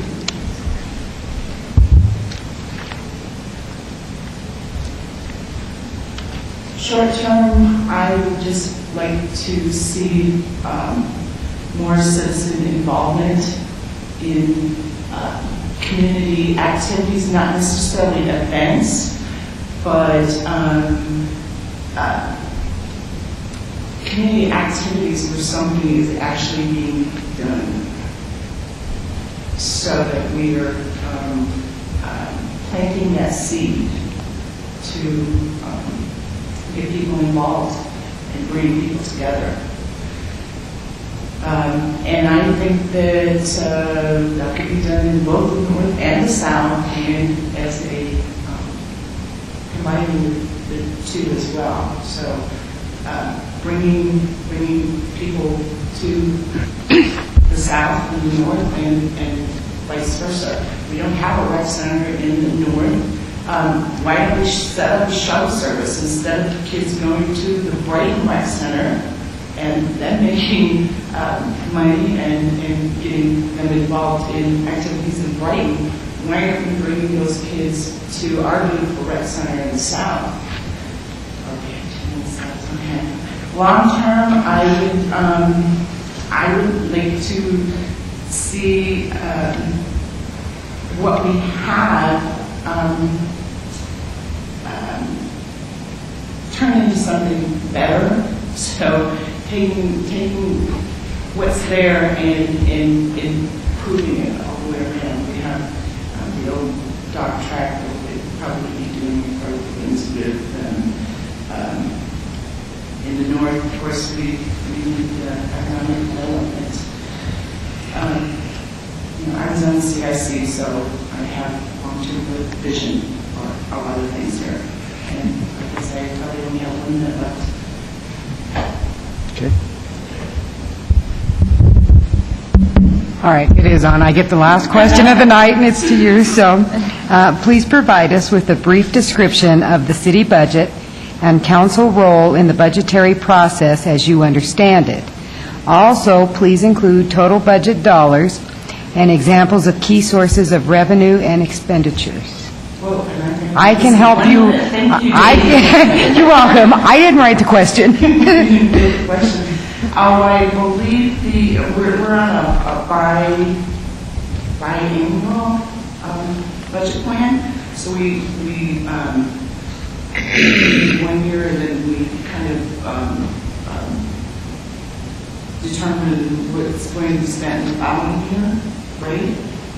I don't know if I'm allowed to answer questions. So I guess for 2010, 2011, it's like 40, or a little over 47 million, and then for 2011, 2012, just shy of 50.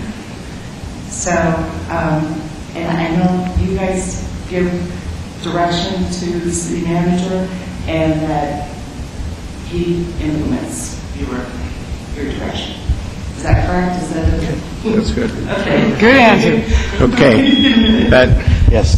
That was the 5 questions. Thank you for coming in. You're welcome. Thank Have you a good for evening. having me. Appreciate you coming in. Thanks, Christy. This wasn't nearly as bad as I thought it was. Good. Have a good night. Thank you. We saved the best till last. How sweet. Good evening. We will be asking you 5 questions. You will have 10 minutes to answer them. The reason that you see Mr. Benson sitting up at the dais is that we had some equipment challenges, and that allows him to see and hear what's going on down here. First question is Tracy. Hi, Steve. What is the main reason you are seeking this city council position? I always say the main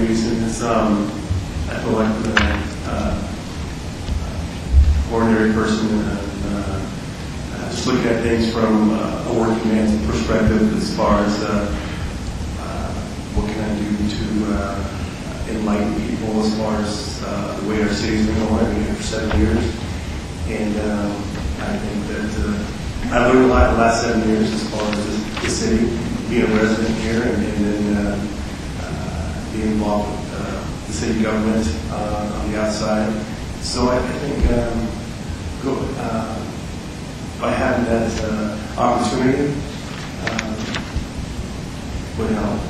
So that's my position as far as being here. I think I can add to what we already have and have the city go forward. Positive. Thanks, Steve. Just a second. Please explain what you see as the most pressing matter for the City Council in the near term, and what do you think you could contribute in order to help solve or overcome this issue? We have some dynamics here as far as the growth in our city. With a city of 43,000 plus people compared to a rural of 440,000 people, we have a lot to learn. I feel that as far as the government goes, as far as council, I have to reel myself back in. Could you give me a second question? Okay, the question was, please explain what you see as the most pressing matter for the City Council in the near term, and what do you think you can contribute in order to help solve or overcome this issue? Right now, it's going to be the city budget. We have pressing matters coming up here in the next 4 months that deals with management, our city manager, for instance. And then as far as going forward, as far as being, I'll take over that role to see. We have transportation issues here in the city that need to be addressed. And just kind of more like trying to balance out the city. Okay, thank you. Good evening. Your third question is, the city's image was one of the most concerned issues in recent surveys taken by our citizens. What, if anything, would you do to continue to improve Commerce City's image? I say concentrating on our resources here. We have the Rocky Mountain National Wildlife Center here, which is a great addition as far as the cleanup and all. And I think it kind of brings the city together as you look at the city now, and you can see that it flows from the south to the north. So I think we have a lot of challenges here, but I think things to be, we definitely have our work cut out.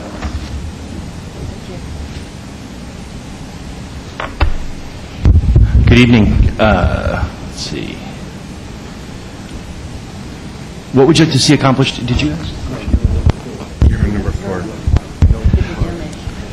What would you like to see accomplished short-term and long-term in the northern and southern parts of the city?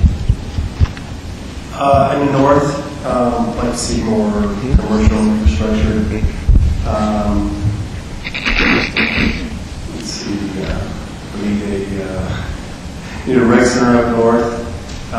We do have transportation issues again. I mean, it's the same thing here in the south. Another thing, transportation. I think we need to bring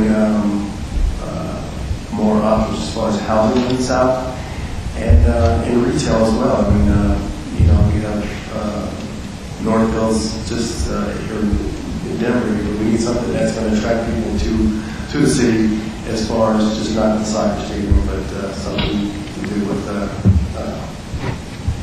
ED.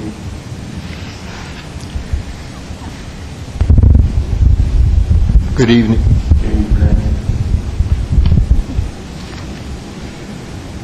Please provide us with a brief description of the city budget and council's role in the budgetary process as you understand it. Also include total budget dollars and examples of key sources of revenue and expenditures. And if you want me to repeat that and break it down at any time, we can do that. Okay, I feel that when it comes to the government, as far as I think has been happy in the last 4 or 5 years. I think we're top heavy as far as management goes. I think there need to be some cuts. I know before there was some cuts made or proposed, and that didn't happen. I know that there's been a pay freeze and all, and then there was also, I'd say a certain percentage level of our management that received salary increases, which shouldn't have happened.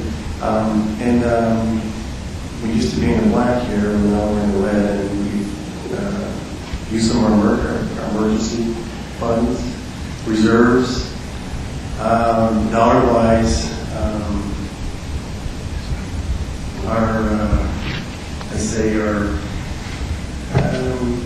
like I said, it's pretty much everything. We have some challenges when it comes to balancing the budget, and I think that every 2 years we have different council come in, things are presented to the council, and I think that those things need to be more addressed. So when it comes to balancing the budget, I think we have to have more council members be involved in that, and when we don't. What's the last part of the question? Also, please include total budget dollars and examples of key sources of revenue and expenditures. Key source of revenue, I know a lot of money we receive from the refineries. As far as dollars go, a lot of numbers are going through my head here. I really can't put that. I really can't say it. We need to get away from the use tax. I need to be more business friendly when it comes to dealing with the folks we have here and entertaining other companies that come here. Thank you. That's the 5 questions. Appreciate your time. Thank you for coming in. All right. Thank you. Have a good evening. Thank you. For council and the audience, that was our last interview. So what we need to see, and make sure that I understand this correctly, Mr. Gaylor, what we will do now is you will mark 1, 2, and 3 on 3 of your cards, your first choice, second choice, and third choice. Those will be given to Ms. Bauer. This is more or less considered a secret ballot. Do you have names on these cards right now? And here's the part I'm going to need your help on. The results will be given at 3 o'clock from Ms. Bauer to us at our retreat, which will be held here. At that point, we will have a vote. And it will take 5 votes from the 8 council in order to pick the number 1. If the first set of ballots only comes up with less than 5, then we'd have to do a second, third, or whatever vote till we finally got to 5. And you drop the lowest one. And we dropped good, that's the part I forgot. And we dropped the lowest person. Is that correct? That's right. Okay, so right now what you're going to do is mark your first, second, and thirds, hand them to Ms. Bauer, and again, these are not community votes. Can we have... As you're talking, Ken, as we're doing this, can you make a couple announcements like for the public service meeting? Would you mind making that one, sir? Because you have the correct information and you know that they were wrong. And then we can go... Why don't we just go around then? Since we are actually, we're looking at 9:30, we're doing pretty well. We can just go take the horn and you can say what you need to say. You want to start, Mr. But just try to keep it important stuff. Yeah. You could do that also. No, I mean, I will, but... Okay, that's fine. Sure, you got it. Yes, tomorrow afternoon from 4 to 7 at the high school, Adams City High School, we will be having, Xcel Energy is having an open house to discuss a natural gas pipeline that they want to go from their Cherokee plant up to their Fort Lupton facility. They got 2.5 proposed routes here, one that will make us very happy and the other one that isn't going to please us so much. But we want the public to come out to the high school and look at their proposed routes and tell them what you think about them. I don't want you to tell them what I think about them. I want your opinion of what you think about them, because they'll be running through your neighborhoods. Thank you. Mr. McEldowney? I was just going to ask if we were going to put a time limit on how long we had to reflect. I'd like to go back through my notes before I fill out my comments. I don't know that there is a time limit, Mr. Gaylor. You mean like tonight? To do this tonight so that he can go back She's through his waiting. notes? She'll wait. Okay. Yeah, I didn't want us to hurry through this. I'd like to put some... That's... Huh? It's from 4 to 7. I'm going to give you one of my postcards. Yeah, I would say take the time you need, sir. Did you have anything else you wanted to share?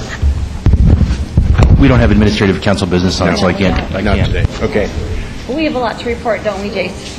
Ms. Teeter, did you have anything? What about mosquito spraying? It has to wait till next week. Wait till next week. It's not for now. No report. Ms. Snyder? No report. Next week. Ms. Carson? No report. Mr. Marino? Nada. Miss... Whatever, Jim. He left. Miss Jim left. Jim left? Yes. Also, for Thursday night, we are having our first outreach, and it's going to be at Reunion Park on the north side of 104th. Is that correct, Mr. McEldowney? Not on the south side, right? The Reunion Park, the large one by the rec center, and everybody out there is invited. Everybody in the city is invited, though I have seen people from out of our city show up. Mr. Marino, I knew you'd have to get the last word in, but I'm going to have the last word. No, I just was wondering if we could, like Jason said, I would just like a few more minutes to personally reflect. Yeah, there's no hurry. Okay. Yeah, you're fine. Whatever it takes for you to go through your notes and stuff. Great, thank you. Yeah. I think I probably speak for everybody sitting up here. We had some great candidates. This is wonderful. This is going to be a terrific election. I just hope, if they decide to run. Yes. I just certainly hope that they put their names in for all of them. And I'm really excited to see some of these new people running for mayor. So take the time you need. I'm not rushing anybody. But as you give Ms. Bauer your numbers, you're free to go. You don't need to stay till everybody else. You don't have any problem with the others leaving, do you, Mr. Marino or Mr. McEldowney? Okay.